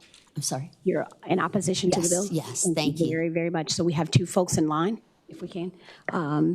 Ms. Ann Gregorian, if you can please limit your comments to who you're with, and if no comments that haven't already been made. Ann Gregorian? Yes, I can. My name's Ann Gregorian. I'm speaking for myself. I'm not with any organization. And the point I'd like to make is twofold. Number one, hopefully this does just speak to primaries, because in the original bill, I believe it spoke to general elections and all other kinds of elections. And it's not clear to me that we're speaking only to primary elections. So hopefully that's what we are speaking to. And briefly, I would like to say that these ranked choice voting has fractional voting. It's a very complex process that Upvote in their briefings goes to great lengths to train their people that are out talking about ranked choice voting to avoid in their elevator pitch to people that are promoting ranked choice voting, because it's difficult to understand the tabulation. And Elect did a study on ranked choice voting and said it's impossible to follow the law to report fractional voting by precinct. So I'm not sure why we would make a law that requires election results to be reported by precinct and then make an exception for a new system that can't follow our law. And also in a dual primary, I would be curious to know how one party chooses ranked choice voting and the other party does not, and the consumer education that goes along with that. I do have more to say about opposition, but I'll limit it, and I thank you for your time. Thank you, Ms. Gregorian. If Ms. Shelley Uberlander. Yeah, Thank you, Chairman Glass. Comments, brief, please. Yes, I'm an electoral board member from Loudoun County. I'm speaking on behalf of myself. Besides ranked choice voting not being fair to voters, as one voter gets one vote and some voters get their second, third, and fourth choices, I think it should be equal to all voters. But 2 very specific concerns I'd like the legislators to look at with this particular bill. Section K, risk limiting audits are not going to be able to be allowed. It's only going to check the first ranking only. So you're never going to be doing an audit of the final vote. Arlington was promised to do a risk limiting audit of their election, and that was never accomplished. I'm not even positive that a recount could occur, because you're not going with the audits would only be able to check the first vote and not the final results. And then Section E, if you look at that, currently election officers in the precinct verify the results, and they send those to the election office, and then the bipartisan election officers transport the ballots to the election office. But Section E has a third-party courier company hired to transport the ballots from the precinct to the election office, and this is very concerning. I think we need to stick with validating the results of the elections in our precincts and having our bipartisan election officers transport those ballots to the election office. So I'm not in favor of this bill and ask the legislators to vote against it. Thank you. Ms. Uberlander, I just also want to let you know there was a substitute. I think you were speaking to the previous bill. Is there any other questions or comments from the subcommittee? Delegate Cole. Madam Chair, I would state that hearing some of the concerns, I would be open to putting a delayed enactment clause on the bill until about 2026. Committee operator. Madam Chair. Delegate Sickles. We carry the bill over under Rule 22. Okay. All right. Is there a second? Second. All right. The motion has been made and properly second to carry House Bill 658 over per Rule 22. If the clerk can open the rolls, the members. Oh, that's a voice vote. That's a voice vote. So all those in favor say aye. Aye. All opposed? All right. So Thank you, Madam Chair, members of the Thank you committee. so much, Delegate Cole. Thank you. All right. We have House Bill 668. Oh, I thought that was his bill. Wyatt. Good evening, Madam Chair. House Bill 668. Reason I'm here is a few years ago, Senator Spruill put a bill in to move May elections for like city council, school boards to November. And so I represent the city of Danville, and I see Marcus already smiling. And so my city council did not like that because they vote any year, so they will vote this November. So city council, who normally gets in a May election in a city of of about 20,000 registered voters, might get 10,000 votes total. So the reason the bill's in front of you today is to get, if you look at the language, it says down at 28, it says, notwithstanding any other provision of the law general, a locality may ordinance shift the timing of the election of members of the local governing body from an even year to an odd year by extending the existing terms of the local governing body members by 1 year. Such change may only happen after a public hearing and a majority vote of the governing body. So we're not trying to move it back to May. We're just trying to move it to an odd year. So as we all know, this November will be the highest voter turnout as far as the number of people. City council guys, school board, kind of get lost in all that clutter that's going to happen this November. So what the bill does, it gives an option that localities can move it with a public hearing and to move to a odd year. Any questions from the subcommittee? Delegate Bloxham. So this just moves it, they still have to do it on election day in November? Yes, yes. Yeah. Not ranked choice voting or anything like that. So. Any other? All right. Is there anyone in the audience that would like to speak in favor of the bill? We have no one online. So is there anyone in the audience that would like to speak in opposition to the bill? You have one. Sorry. The League of Women Voters opposes HB 668. While localities may want greater flexibility in managing their elections, this bill provides too much discretion to those officials whose own elections are involved. Not only would elective officials be given the power to shift their own elections to a lower turnout year, but they would also be extending their own terms by a year without public vote. Although the bill requires a public hearing, the governing body would still retain the right to change their own elections. All right. Looks like online we have Ms. Jeannie Hendwich, if you are there. Thank you, Madam Chair and committee members. My name is Jean Hanowich, and I'm from Chesapeake, Virginia. I led two grassroots campaigns, one called Chesapeake, Change the Date Chesapeake, and the other Change the Date Virginia. The legislation that was passed by former Senator Lionel Spruill, SB 1157, had a requirement that if a locality wanted to change the year of their elections, they had a timeline to do so. And there was one locality that did it by the vote of their council, Fredericksburg. My city, where I lived, as soon as Governor Northam signed SB 1157 into law, they immediately decided they wanted to try to shift the elections to the odd years. We had a massive amount of people come to our city council and oppose this, and it failed. The problem I see with this bill is you're only allowing people or cities to move from odd years to even years. You're not allowing them to go from even years to odd years. And we all know that the higher voter turnout is in even years. And that's why we fought so hard for our city to keep the even year elections that we had since 1963, whenever we had elections in Virginia. It was purely a political move to try to reduce turnout and participation in our local elections.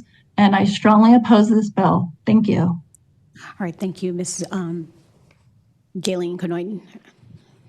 Yes, Galen with the Virginia NAACP. We strongly oppose this bill. We were big supporters of Senator Spruill's bill to move the local elections to November, and it has proven to really work. So we oppose this bill.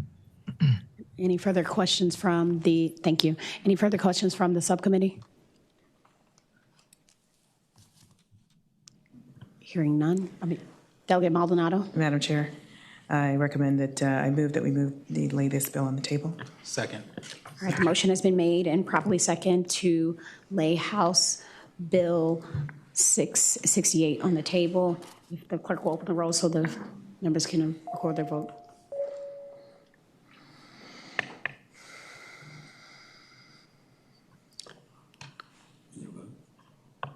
Okay.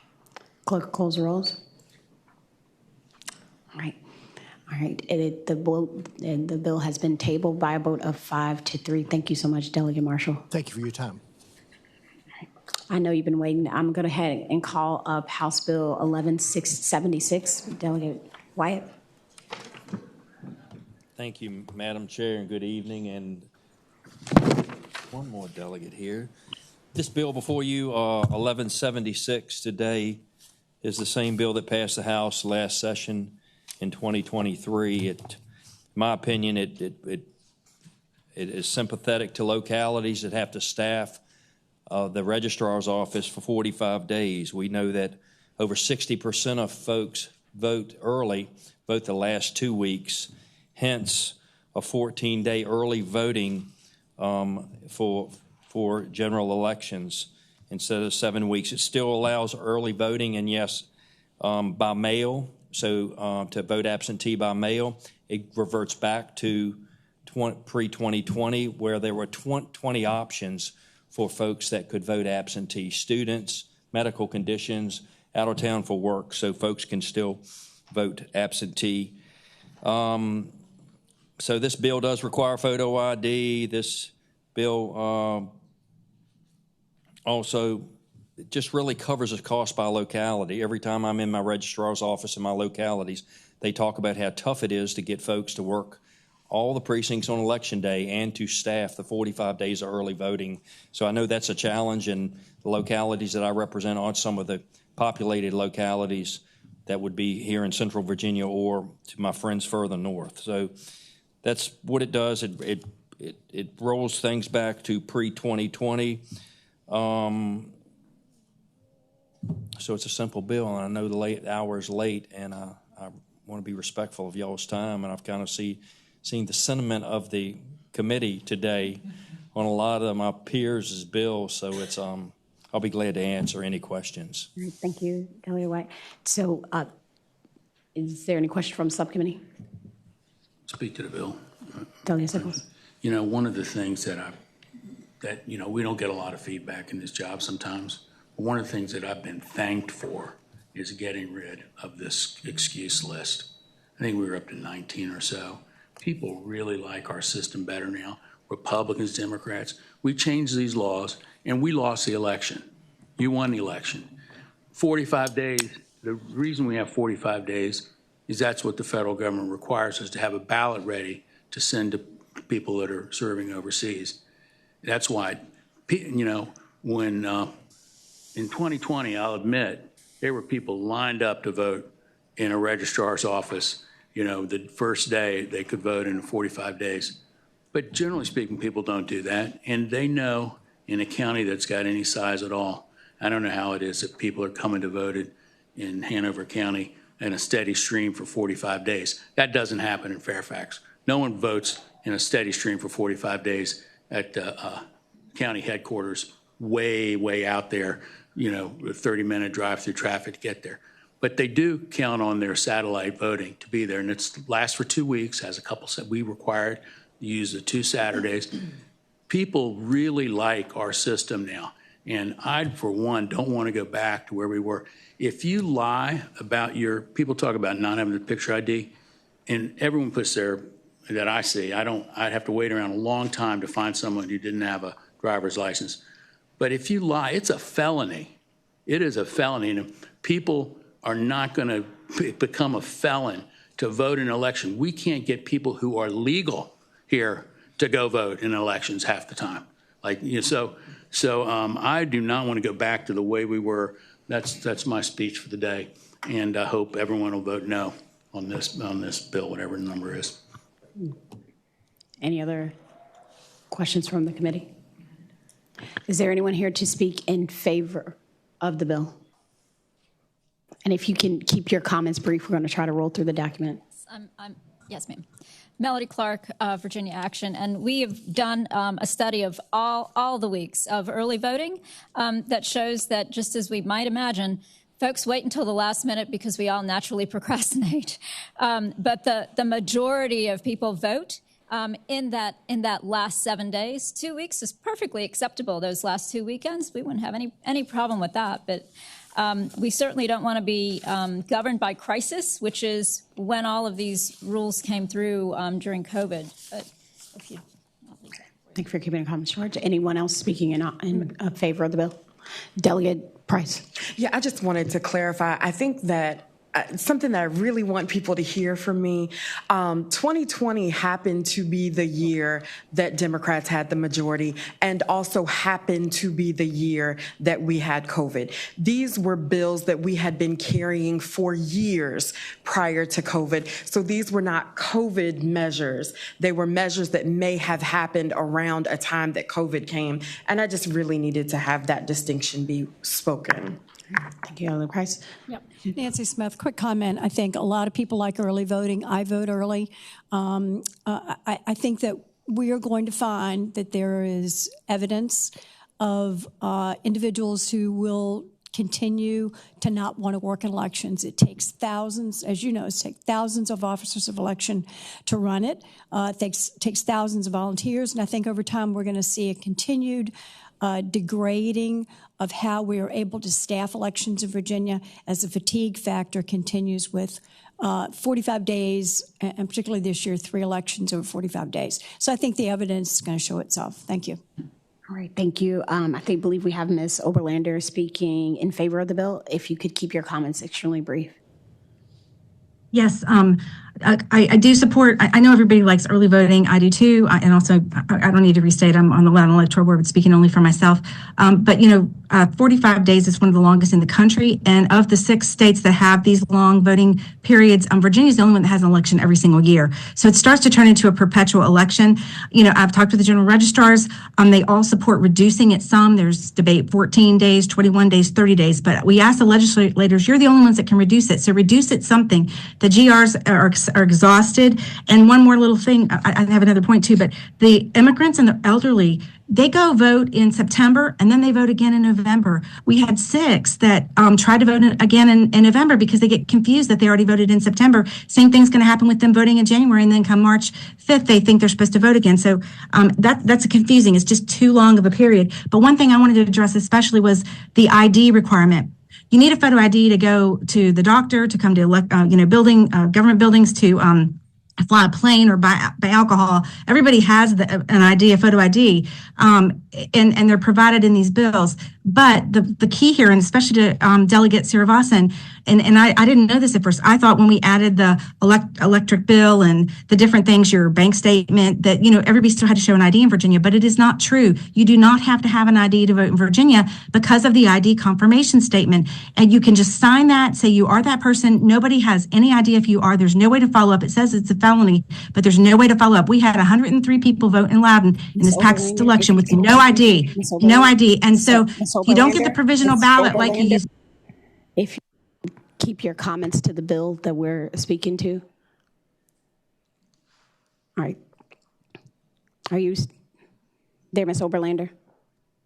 Yes, ma'am. I just would ask the legislators to do something to remove that ID confirmation statement, so you have to use some kind of ID in Virginia. I'm just speaking to the bill before us, please. All right, so we have... I thought it required photo ID. Okay. Oh, sorry. And it eliminates the ID confirmation statement. Okay. Thank you, Ms. Oberlander. Is there anyone in the audience that wishes to speak in opposition to the bill? And again, if you could keep your comments very brief. Very brief. Tram Win with New Virginia Majority, and we strongly oppose this bill. Thank you. I believe we have one person online, Ms. Gayleen Canoyton. Yes, Gayleen with Virginia NAACP, we strongly oppose this bill. We're not trying to go backwards. We want to move forwards. Thank you. All right. Any other questions, comments from the Delegate Hinton? Madam Chair, I have a comment and a motion when appropriate. Delegate Hinton. So the comment is basically when we were in full committee, and the Department of Elections stated in 2023, in-person early voting was 553,000 total people. Mail was 220,000 people, and drop-offs is 26,000 people and growing. So my comment is I do not understand why we would want to limit early voting from the 45 days to 30 days, and I just think that that's just absurd. And I have a motion when you're ready. Delegate Hinton. I motion that we table this bill. Second. Okay. The motion has been made to and properly second to table House Bill 1176. Will the clerk open the roll so the members can record their vote on the electronic voting board?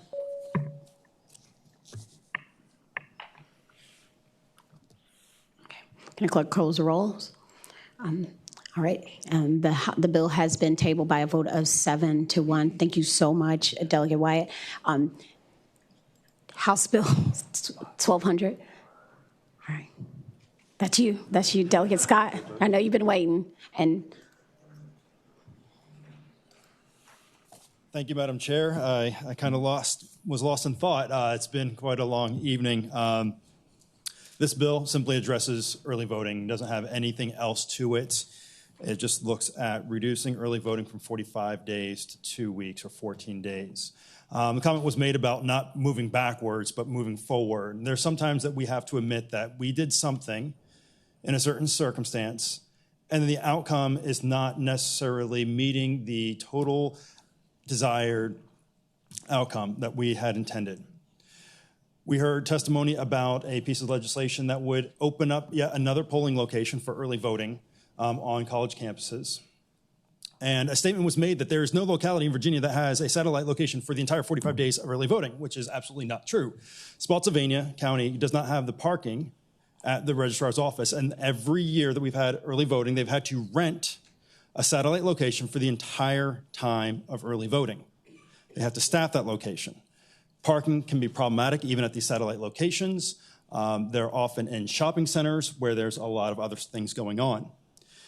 To address the time frame that people are voting, on average, around 75% of folks are voting within the last 2 weeks of early voting. Now, some localities a little bit more, some a little bit less. Richmond City had 25% vote before that, or 25.68% vote before that 2 week marker, and 74.32% after that 2 week marker. Norfolk, 21.25% voted prior to that 2 week or that 14-day mark, and then also, so it would be 78.75% voted within that 2 week mark. Also, the comment was made about comparing us to other states such as Maryland and New York when the bill was presented about adding additional satellite locations. Well, that'd be wonderful. Let's go ahead and do what they do. I believe it was New York that has 1 week of early voting. It opens the Thursday before Election Day and closes 1 week the Thursday before Election Day. So, Delegate Scott, who said that? I didn't hear anybody say that. Delegate Sickles, if you can refer your questions to the chair. So you can continue with your testimony. Thank you, Madam Chair. A lot of other states that have other means of providing opportunity to vote have a lot shorter early voting period. And so what we're trying to do is we're just trying to bring Virginia in line with a lot of other states. I know that we've heard a lot from Shelley Oberlander on this topic, and so I have full testimony from her outlining some of these things.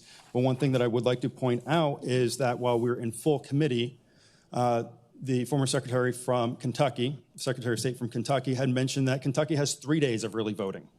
I'm not asking the committee to consider 3 days. I'm asking the committee to consider, or the subcommittee to consider 14 days of early voting. Additionally, the former secretary mentioned about raising the wages for the poll workers.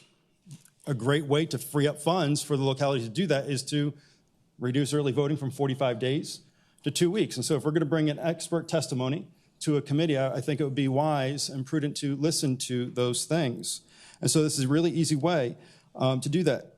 Chiefs get $225 a day. Assistant chiefs get $200. Election officers get $175 a day. Prince William County, they had 3 early voting sites for 4 weeks, and then 5 for the last 2 weeks. Again, this would be a great way to save the locality money, save them on the perpetual voting that happens in Virginia. This year, 135 days of voting. Even now, with the presidential primary underway, there have been candidates that have dropped out. And so if you're very eager beaver to get out there the first day of early voting, now your candidates are no longer on the ballot. And so I ask that the committee seriously consider the impacts on the localities when doing this, and ask that you look favorably upon this bill. All right. Thank you, Delegate Scott. Because your bill and Delegate Early's bill are pretty much the same thing, what I'd like to do is, Delegate Early, if you would we can allow space for him to present the bill, and we can take comment on both of them and then vote sequentially. So thank you, Delegate Scott. Thank you, Madam Chair. I love the efficiency. Makes sense. I don't mean to test the committee's patience, since this is the exact same thing as you said, so I'll be very, very brief. This is only about the timing, the 45-day to 14. I think, again, not to be repetitive, but when you have primaries, generals, and specials, I think this truly has turned into something resembling never-ending voting, sort of year-round voting. So I think this is primarily intended to be a cost-saving measure for the general registrars and a quality of life measure. Just a real quick rundown of some other states, just because I think I'm not looking to end early voting. This is just to getting us in line with some other states. I believe California is 29 days, Connecticut 15, DC 12, Massachusetts 17, New Jersey and New York 10, Washington State 18. So I think at the end of the day, this is really a cost-saving measure for localities and general registrars, and I think it gets us in a better place. So I would ask the committee to consider it. Thank you. All right. Thank you, Delegate Early. Is there anyone in the audience that would like to speak in favor of the bill? Good evening. And I'm happy to hand out these if you would like to see all of the weeks combined. The last 14 days of voting make up more of the voting than all of the other weeks of early voting combined. So we at Virginia Institute Action are in favor of this bill. Thank you. It saves our registrars a tremendous amount of work burden. Thank you. Anyone else willing to, is there anyone actually online? We have speaking in favor of the bill, Ms. Gregorian. Yes, thank you very much. I have 2 points that haven't been made that I would like to say. This bill would streamline the registration process by conforming the existing Virginia Code 24.2/416, which closes the voter registration rolls 21 days prior to elections. If you've ever worked in the polls, there's quite a bit of confusion as to why some people feel that they have to cast a provisional vote, while others get to go to the registrar and update their Veris and cast a ballot. Of course, we all know why that happens, but the voter doesn't understand. The voter gets upset when one person, for one reason, unbeknownst to them, gets to cast a ballot and they don't. And I just think it's a good practice to kind of separate the 2 issues, since we already have that on code. The second thing is, I feel that it's fair to newer candidates, new voices. We always want new voices in our elections and running for office. And this is very unfair for new candidates to compete with established candidates and get their message out and be campaigning at the same time that voting is going on. It really shortens their ability to reach the audience. So those are the 2 things I would like to say that haven't been said. I'm strongly in support of this bill. Thank you. Thank you so much, Ms. Oberlander. And I do want to apologize for cutting you off previously. Ms. Oberlander. Thank you, Chairman. Chairman Glass, I appreciate it. You've heard some of the reasons I support reducing the 45 days of early voting. And so we are one of the longest, Virginia has one of the longest amount of days. And I had a public official tell me, you can never have enough early voting. It was kind of the ideology thing. But 45 days is too much. We are becoming like a perpetual election. We do have a limit, 365. And we're almost there at 136 days this year with 3 elections. So the 45 days is excessive. And we just ask you to reduce it. The GRs are tired. The office, general registrars are tired, the election staff is tired, and there's time that has to go into preparing, doing our logic and accuracy testing, preparing the ballots, and then after the election, there's canvass and there's certification and provisional ballot hearings. So the election just becomes perpetual with 45 days. So we ask you, you're the only ones that can reduce the 45 days to give us something reasonable and sustainable, and as well eliminate some of the problems that occur with the long voting period, the exhaustion I referenced, and then the confusion that I did reference with the elderly and immigrant voters voting in September or January and not realizing that was the election and then coming back to vote again in November or in March. So please do what you can to reduce the extensive 45 days of early voting, bring Virginia closer to what other states, our neighboring states have, and also as well, the data supports the last 2 weeks is when the majority of early voters come out to vote, and you can see it just be a little bit in the beginning and it gradually increases. So we do want some early voting, but 45 days is too long. So I ask you to support this bill. Thank you. Thank you, Ms. Oberlander. And actually, is there anyone in the audience that would like to speak in opposition to the bill? If you could make your comments brief. Jay Deck with the Virginia Education Association, and I'll be very brief. Our legislative committee took action against both of these bills. Thank you. League of Women Voters opposes both HB 932 and 1200. Federal law requires that the ballots must be ready to be mailed to military and overseas voters 45 days before the election. Since the ballots are ready, regular eligible voters should be allowed to cast their ballots too. Thank you.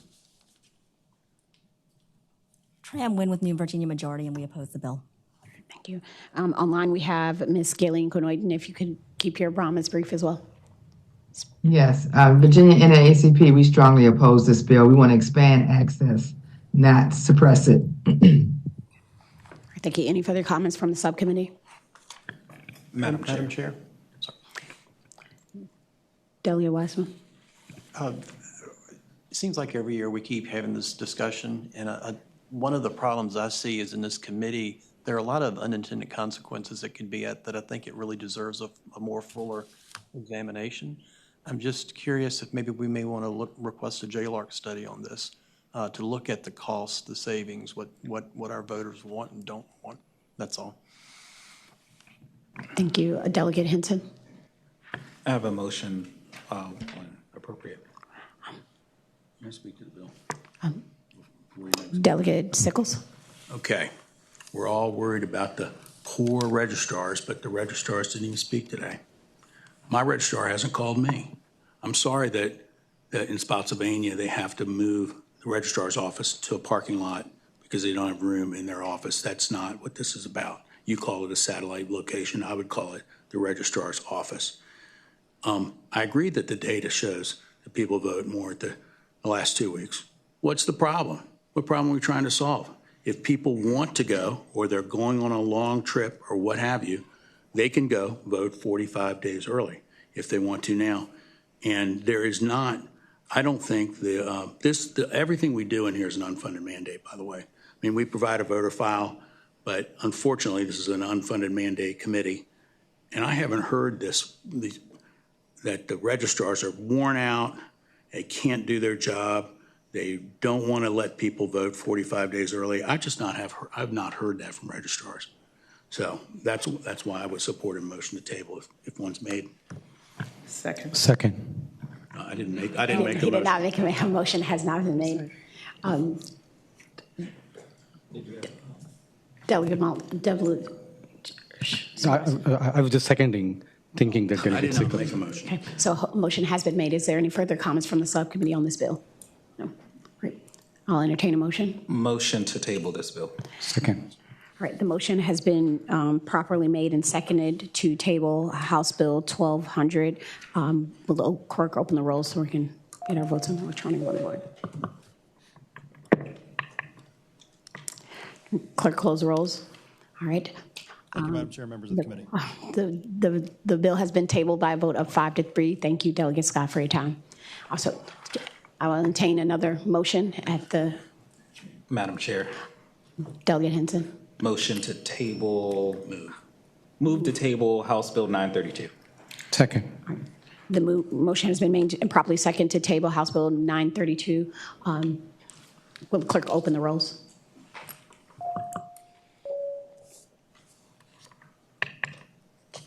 May the clerk close the rolls. All right. House Bill 932 has been tabled by a vote of 5-3. Thank you so much, Delegate Irwin. Thank you all. Appreciate it. All right, so we've got a couple more from committee members that are actually at the table with us. We'll try to do this as swiftly as possible. I see dreary eyes. So if we can, we'll start with you, Delegate Green, and you can choose to stay at your seat or come up to the podium. We'll start with House Bill 345. That is to move local elections to May.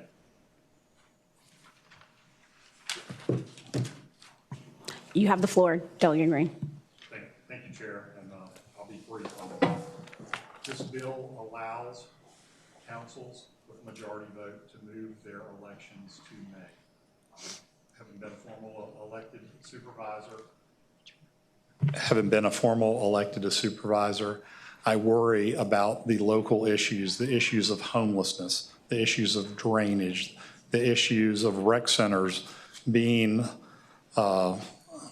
just overshadowed by big fall elections. So that's the genesis of this. I'll be happy to take any questions, but it was brought to me by several current and former city council members who were worried that the local issues would be overshadowed by big national elections. All right, any questions from the subcommittee? Delegate Maldonado. Thank you, Madam Chair. Speaking to the bill and a question and speaking to the bill. Do you have, Madam Chair, I would ask the delegate if he has a sense of the impact on the voter turnout for this kind of change? I do not. Speaking to the bill, follow-up. Delegate Maldonado. So while I appreciate the intention of this bill, one thing that we have learned over time is that when we have these elections at the local levels in this way, that the turnout tends to be around 10%. When we align it, as we worked hard to do, that jumps up to 30 to 40% of voter turnout. So what we all want is for more people to vote. And so I would say that going backwards to move to May actually doesn't benefit the voters of Virginia because the higher turnout happens when we align them. And for that reason, I would recommend that we lay this on the table when the time comes. First, I have to take public comment. Are there anyone in the audience who wish to speak in favor of the bill? Is there anyone in opposition? All right. We have Ms. Jeannie Hedgewich online. If you would like to speak against the bill, very briefly, please. Yes, Madam Chair. I know this time is getting late. This bill would totally negate all the hard work of former Senator Lionel Sproul, who passed this landmark legislation to consolidate all the remaining May local elections in November. It's a huge problem. It was a huge problem with low voter turnout. And I think, we need to have faith in the voters so that they can understand what are the local issues and what are the state and national issues. I think it's very disrespectful to the voters to insinuate that they can't determine those issues on their own. And I strongly oppose this bill. Thank you. Thank you.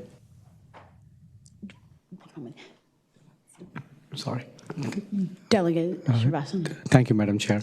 I just wanted to make not a question, but a comment that we talked about saving cost of elections throughout the last couple of hours. This would not save cost. Obviously, this would add cost. So I just want to make that comment. Thank you. Thank you for your comments. We have Ms. Gayleen Knoyton on, and if you can give your comments. Virginia NAACP, we strongly oppose this bill. Again, we want to move forward and not backwards. And look, younger people are getting more involved in their vote in November. Thank you. Thank you. Are there any further questions or comments from the subcommittee? Comment, Madam Chair. Delegate Bloxham. So in my area, I've got 17 incorporated towns. I've got 2 counties. So the counties got all there. So it is possible, and it's usually in every election, when you go in to vote in November, a person could actually get like 3 different ballots because of, you'll vote for the state, you'll vote for the county, then you get to vote for your town. So before we killed a bill because from Delegate Campbell, I think it was, because everyone was worried about confusion. This, to me, is the ultimate in confusion in November. For our little towns, there's not much cost because the signs are made out of poster board. We have towns of 300 people. So, I understand where this bill is going. I just wanted to make sure that everyone understands that not everybody's situation is the same. Thank you, Delegate Wasserman. Delegate Henson. Motion when appropriate. Second.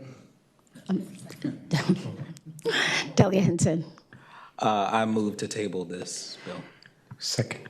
Okay, the motion has been made and properly second to table House Bill 345. Will the clerk open the roll so member can record their vote on electronic voting system?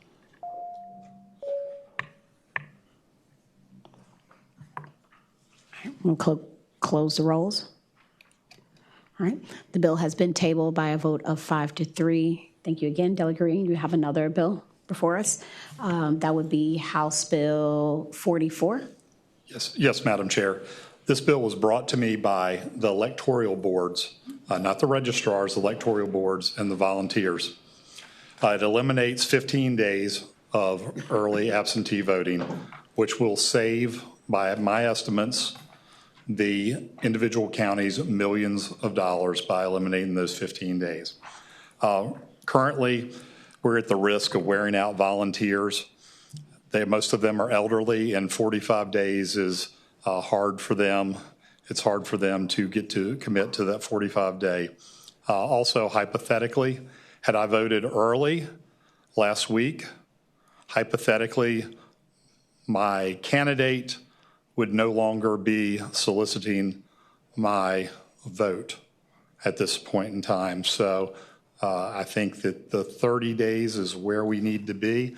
I also have a chart, and I'll be happy to disseminate this, but we have elections every year in Virginia, and we are the only state that has elections every year that has the 45-day period, early absentee voting period. I would bring us down because I don't like California to beat us in anything, so I would keep us at 30, so we're ahead of California, and I think that's very reasonable. I think there's a sweet spot in there, and I think it'll save the counties and localities millions of dollars, and it will not affect voter turnout in any way. Thank you. Thank you. Now, this bill, because it is very similar to the bills we've already had, I'm going to forego public comment on this.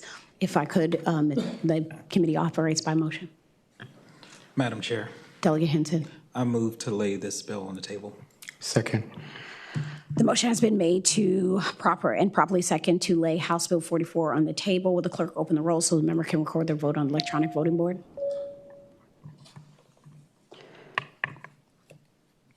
Will the clerk close the rolls? All right. The bill has been tabled by a vote of 5-3. Again, thank you, Delegate Green. We will move over to Delegate Waxman. You have House Bill 1170. Thank you, Madam Chair, for letting me present House Bill 1170. What this bill does is currently for some of the provisional ballots, you put the inner ballot envelope into the outside green envelope. There's certain requirements that have to be on that ballot to make sure that it is a legitimate ballot. One of those things that was recently added was there an ID? It's not required to have an ID, but there's a checkbox to see if they did receive an ID. What this would do was to also have the registrar or the person receiving it that would put what type of ID that was there, whether it would be a driver's license, phone bill, any of those types of things, just to collect a little bit more information. These envelopes are secured for a period of time. If there was any question, you can go back and find out what ID was presented to that person. Great. Thank you, Delegate Westman. Any questions or comments from the subcommittee?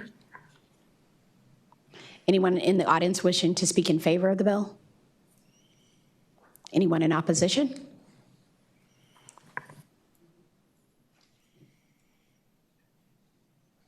So I have Ms. Shelley Oberlander online speaking in favor of the bill. If you could just state your name and who you're with and your position.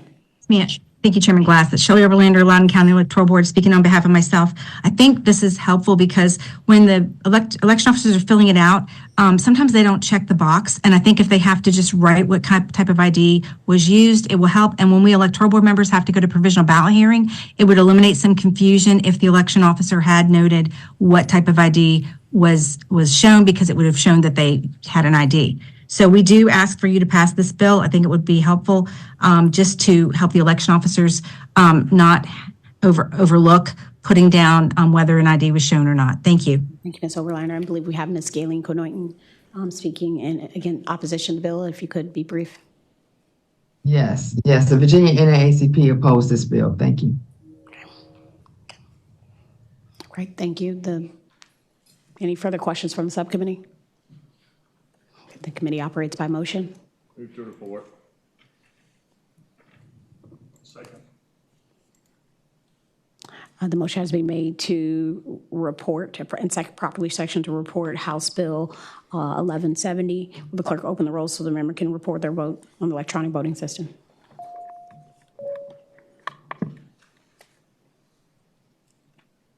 Clerk, close the rolls.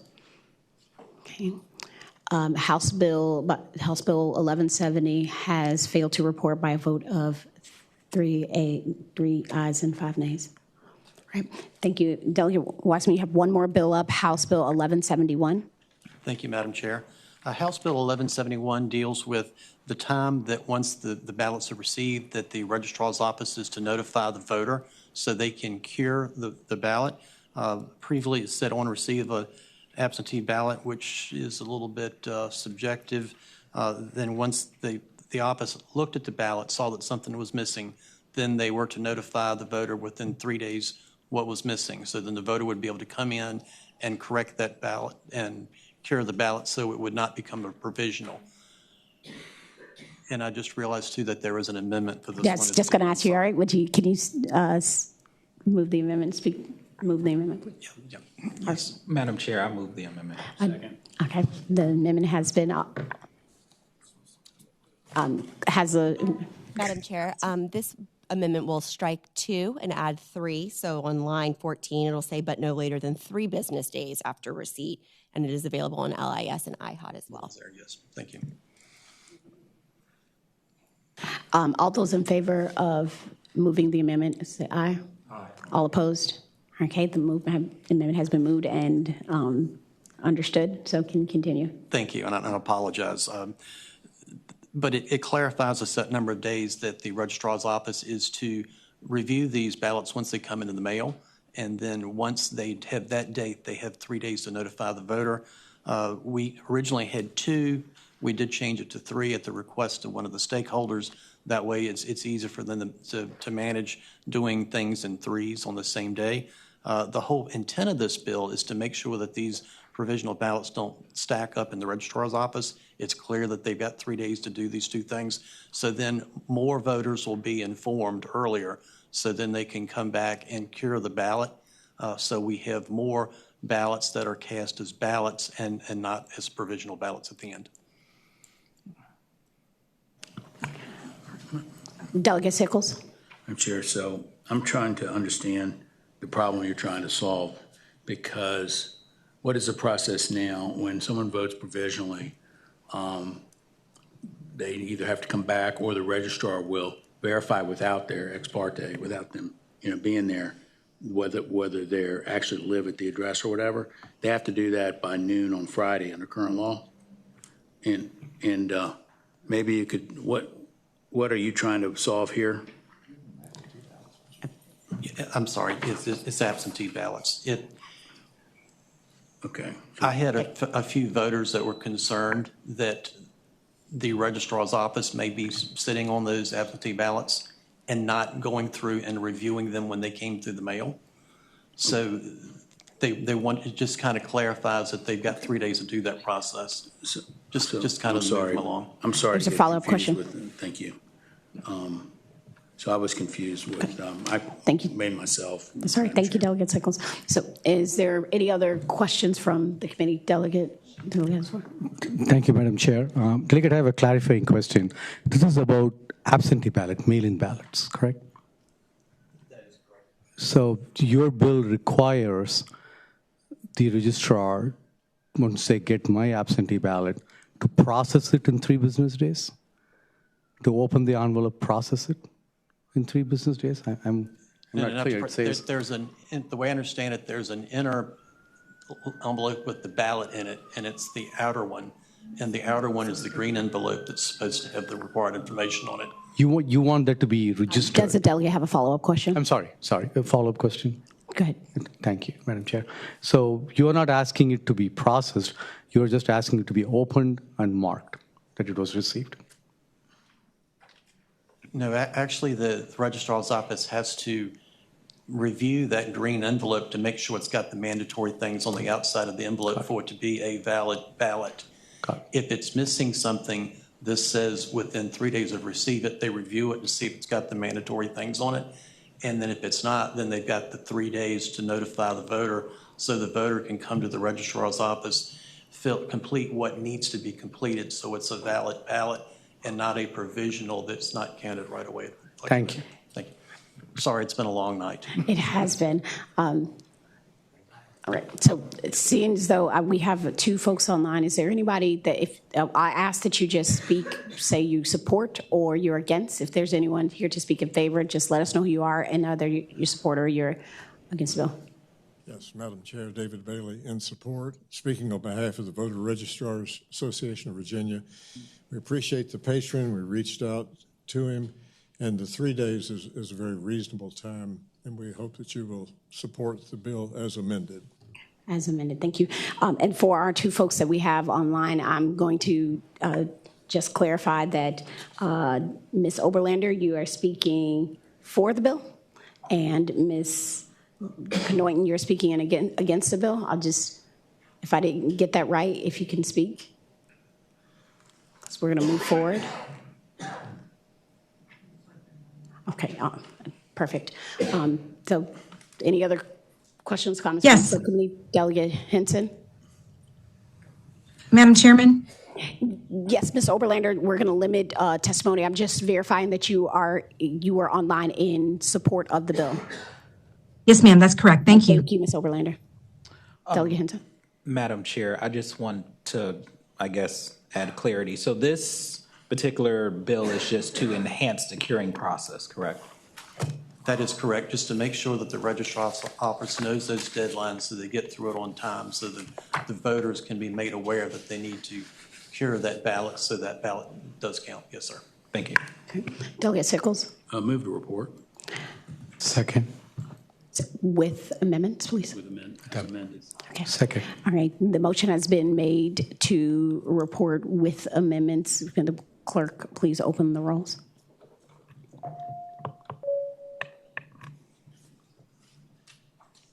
May the clerk close the rolls? Well, something got out of here today.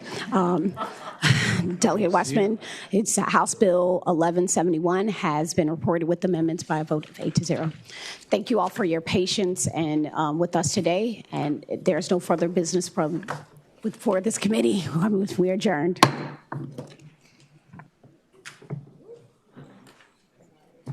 Thank you.